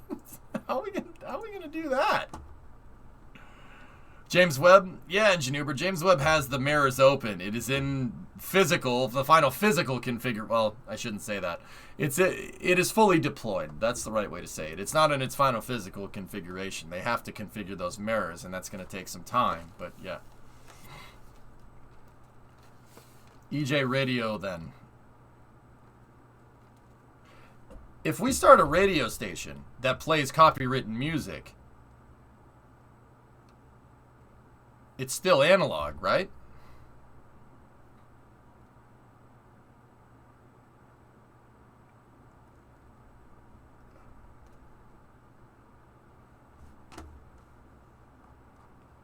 Can new TVs even receive analog? I don't know. So it looks like 480p might be making a comeback. You need a broadcaster's license for the radio. So that's just a broadcast. It doesn't say, there's no explicit thing there for what you broadcast, right? Doesn't work that way. They'll just hit you for the pirate broadcast. Way to not go along with the joke. Okay. Nah, Tessa, we'll just go into international waters. Then you don't need anything. Then we good. We good. Bruh, bruh, bruh. Wireless Bluetooth FM transmitter. That's, yeah, you're gonna need a little bit of a bigger antenna than that, Kelly. As long as you're drinking a claw while you're transmitting, then you're good. Because there ain't no laws.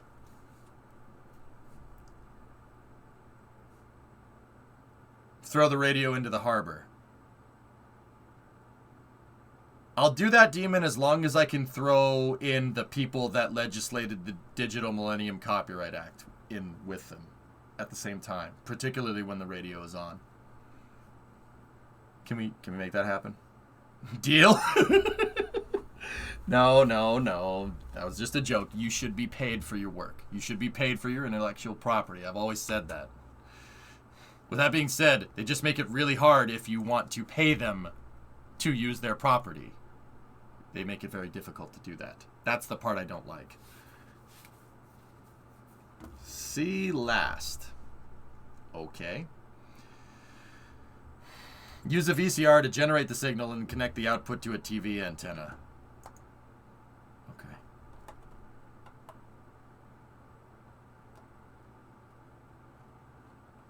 Interesting, Swishio. Just like the T, yep. I can't hear you over the sound of my pirated media. Stealing things is wrong. It's wrong! Last, but important space news. Alright, what's up?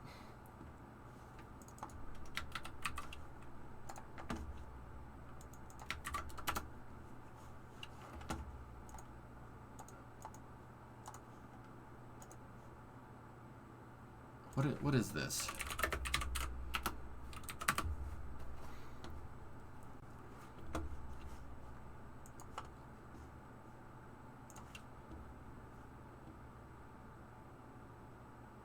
Oh, guys, yeah, I have some translation for this. All right, here, ready? 早上好，中国！现在我有冰淇淋，我很喜欢冰淇淋，但是速度与激情就比冰淇淋速度与激情就我最喜欢，所以现在是音乐时间，准备，1、2、3，2个礼拜以后，速度与激情就2个礼拜以后，速度与激情就。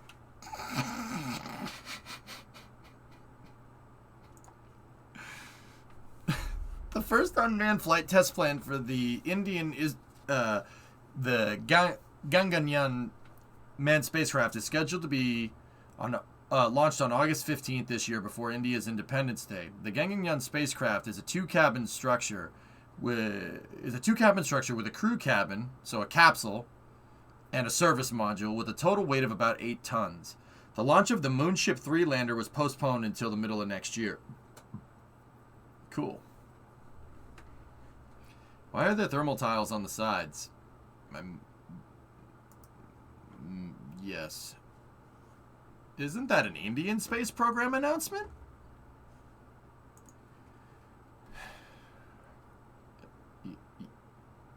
Yeah.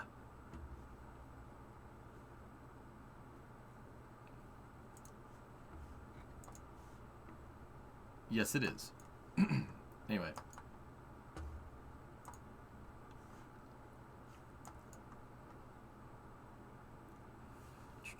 Bruh. Come on. 2个礼拜以后，速度与激情就不要忘记，不要错过去电影院看《速度与激情就》，因为非常好电影，动作非常好，差不多一样。冰淇淋，再见。Discovery, go at throttle up. Do we have more details on the Israel capsule? Gaganyaan? No, there's not a lot around. I know that the Russians are helping them with their spacesuits, and their spacesuits are going to be derived from Soyuz spacesuits, but that's about it. Someone will just accidentally shoot it down. Man, that would suck. Alright, dudes. I have one last thing. You know what? We'll do the web cryo cooler stuff now.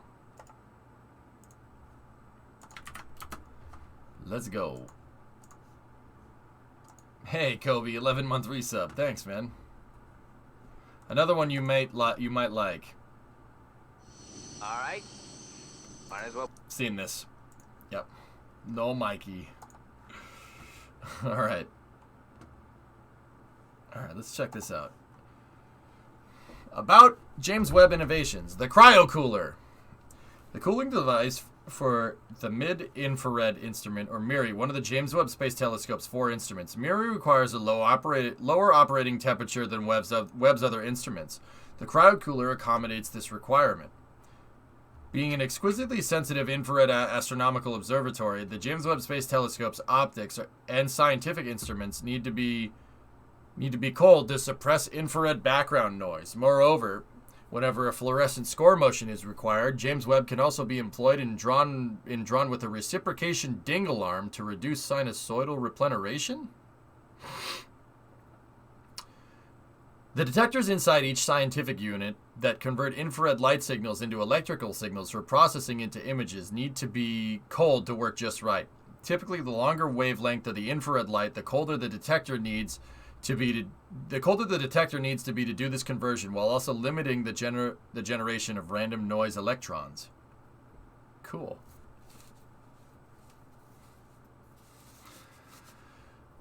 Three of Webb's 4 scientific instruments see both the reddest of visible light as well as near-infrared light. Light wavelengths from 0.6 to 5 microns. Okay, that's pretty small. You're like the teacher I never had. These instruments have detectors formulated with mercury cadmium telluride, which work ideally for Webb at 37 K. Ooh, that's really cold. Really, really cold. We can get them this cold in space passively by simply by virtue of Webb's design, which includes a tennis court-sized sun shield. Yep. However, Webb's fourth scientific instrument, MIRI, sees mid-infrared light at wavelengths from 5 to 28 microns. By necessity, MIRI's detectors are a different formulation. Arsenic-doped silicon, which need to be at a temperature of less than 7 K to operate properly.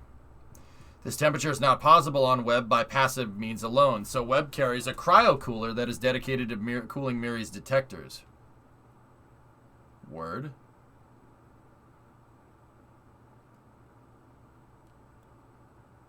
This just in. James Webb Space Telescope caught doping. International Olympic Committee will issue a statement later tonight.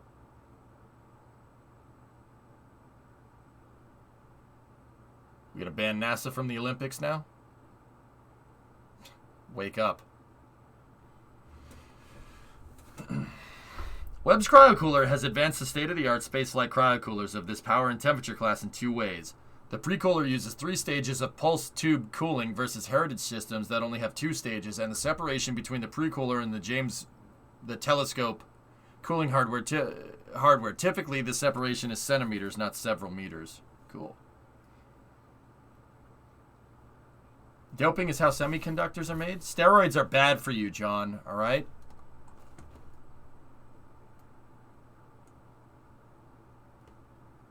Heads up, the current coldest public thermometer on James Webb is at -199°C. Cool.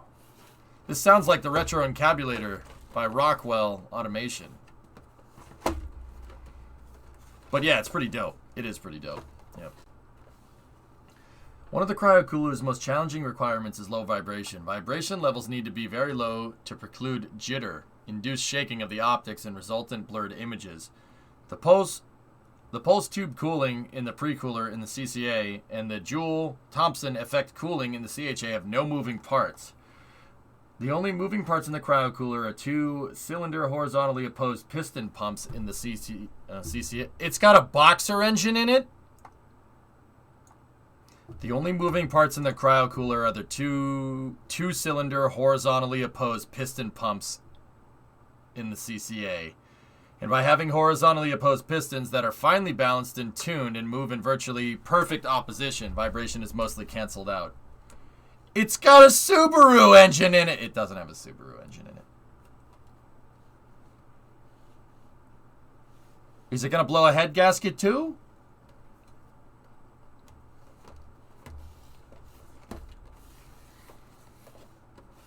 TJ, it's a joke, man. It's a joke. We're talking about a satellite taking human steroids. It's a joke, homie. Come on. We're talking about banning NASA from the Olympics, man. Read the room.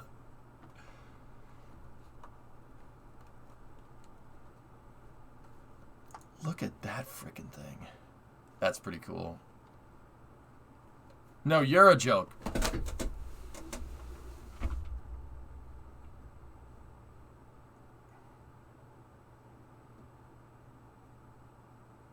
Got him! Got him good.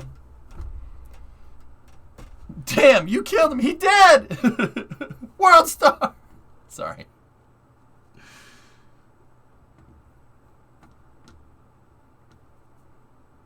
Look at that thing. The cryocooler compressor assembly. The photo shows the flight of the cryocooler installed upside down in a vacuum chamber for testing before the chamber was closed. Cool, man. Red did it. He's sus.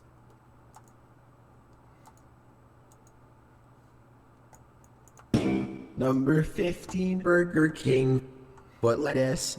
The last thing you'd want in your Burger King burger is number 15 Burger King. But lettuce. The last thing you'd want in your Burger King burger is number 15 Burger King. But lettuce.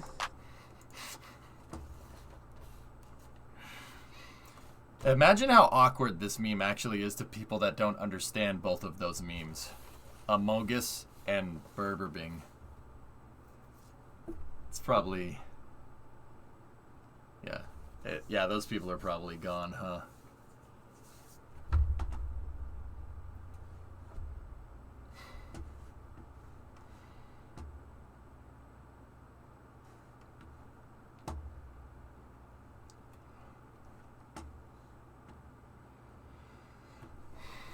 Oh, heads up. James Webb should reach 75% of the way to L2 in about 80 minutes. Cool. They installed it upside down. Last time the rocket disagreed with gravity, decided to show how it works. Yeah, magnets. That's cool, man. This cryo cooler stuff is sweet.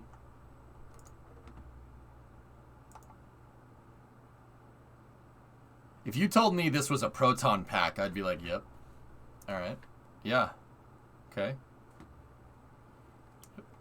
Bite your head off, man. We found a cockroach up on 12. Did you see the Mach 5 reusable earlier? The Boeing's new hotness? Yeah. Yeah, I've seen this. That song reminded me of this. No, it didn't. You're lying. It's false. It's fiction. We made it up.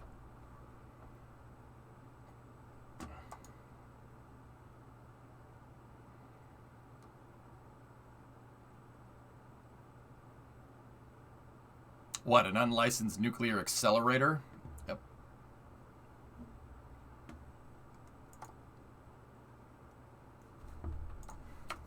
You know what? Guys, mind if I just look at something here real quick? Peter, you mind just telling us a little more? Oh, okay. Let me tell you about hypersonic aerodynamics.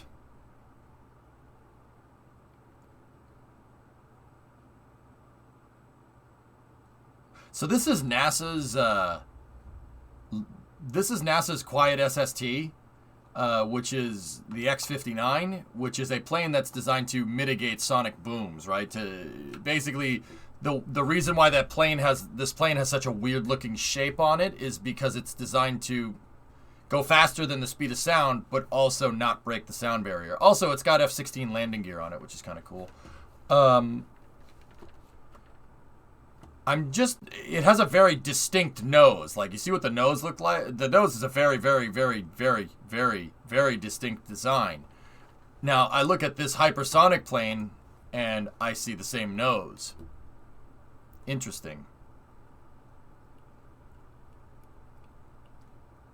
See what I'm talking about?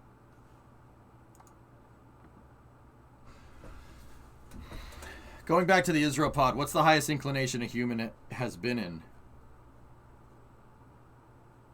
I don't have the answer to that question, John. I don't know. I'm going to guess 55 inclined. I don't think any human has ever been in a polar orbit, but I could be wrong. It breaks the sound barrier, but it directs the wave up, so you can't hear it. Yeah.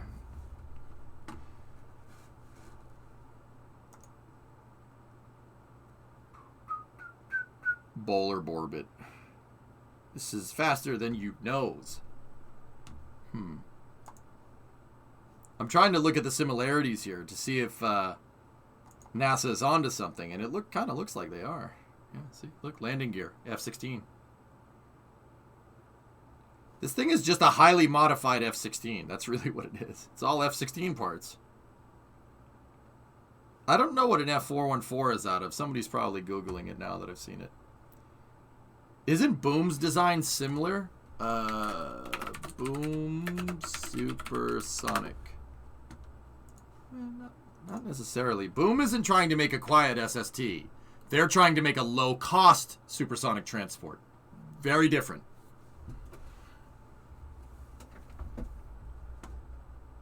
It's a free F-16 for you. It was built from 3 different planes. Yeah. Yeah, isn't there like T-38 parts in there too? They didn't learn from Concorde. Well, no. Concorde was great. The design was fine, Fleichen. The design was great. Problem is, it was made from military parts. Military parts are expensive. Because, why? Because they're not made in the same kind of quantities that a commercial industry is made. Like a commercial industry. There's way more 737 engines out there than there is F-22 engines, for instance. Am I right? What Boom is trying to do is basically take T-38 engines. Yes, T-38, like NASA's jet. They're trying to take T-38 engines, which are J-85s. They're called J-85s. They're attaching an afterburner to them and putting them on this. The J-85 is one of the most widely produced jet engines around, period. So what Boom is trying to do is trying to make low-cost supersonic transport. What NASA is trying to do is trying to make quiet supersonic transport. This one doesn't make a sonic boom. This one does make a sonic boom, but it does it for less. It does it for less money. That's the difference. The F414G100, a version custom made to drive the NASA's X-59, derived from the F414G39. Modifications include control software, fuel piping, and a lack of mounting rails. 2 units were made. Cool, Deepak. Oh. So what you're saying is we need to mass produce F-22 engines and solve the problem. Jonathan, did you watch Elon Musk's interview with Lex Friedman the other day? What did he say was the single biggest problem that was facing Starship? Engine production. So, yes, that's what I'm trying to tell you. Only, not F-22 engines, Raptor engines.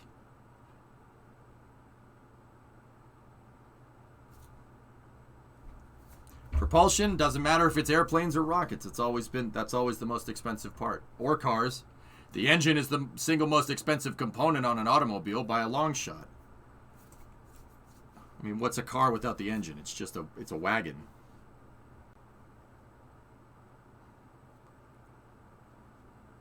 We have sonic booms at home. Sonic booms at home.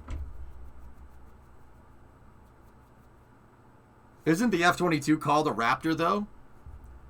Coincidence? I think not.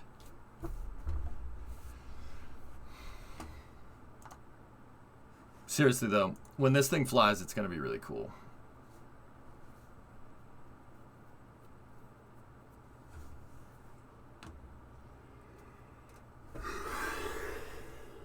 I'm making faces at you again.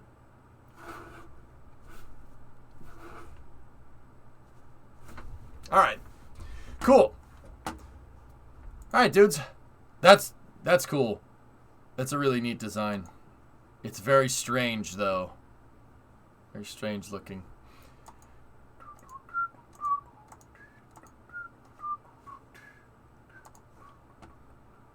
Nothing like the good old sand freedom. Yep, that's right. Okay, dudes. If Starship can do commercial Earth-to-Earth flights, all supersonic flight is unnecessary. I don't think it would be necessarily unnecessary, Ando, but airplanes would fall into kind of a natural hierarchy. Airplanes would fall into a natural hierarchy just like every other form of transportation that gets superseded. Trains, cars, airplanes, boats. See what I'm talking about? Think about it like we can break that hierarchy down into a smaller subset if we want to. Airplanes in general. How many propeller planes are flying around nowadays? Were there more propeller planes flying 70 years ago than jets? Well, yeah, of course there were, because there were no jets, right? Well, 70 years ago they were just coming into their own, right? Certainly not in like a passenger liner.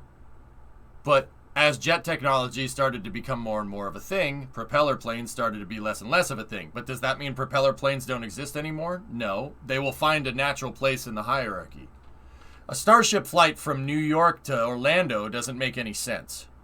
That doesn't make any sense at all. You just fly the plane. The plane would be way easier. So I think planes will still have a place, even if Starship is 100% successful in traveling from like point to point, Earth to Earth. But yeah, hopefully Starship can kind of replace that. I'm working on an SPH for my SSTO. What do I think so far? Let me see.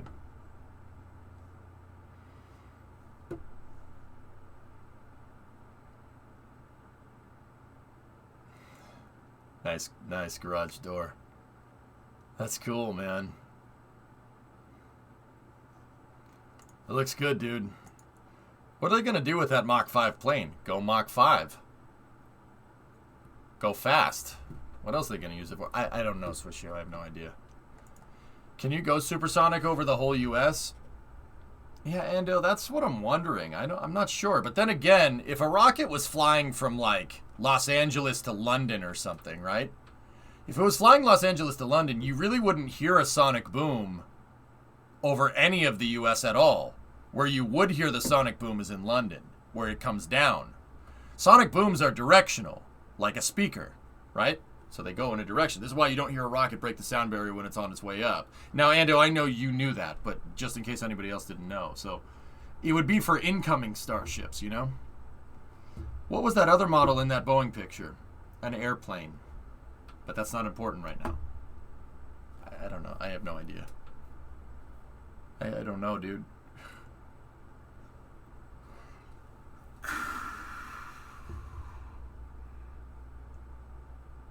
Put cameras on the underside and an astromech on the top. Right. Did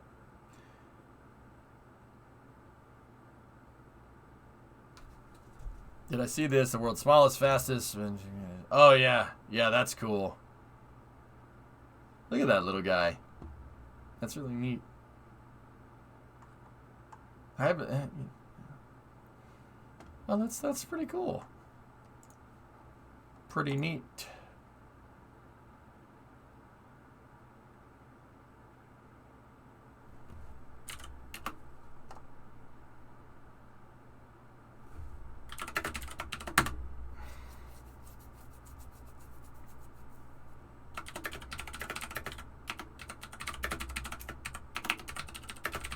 Give me 1 second, guys.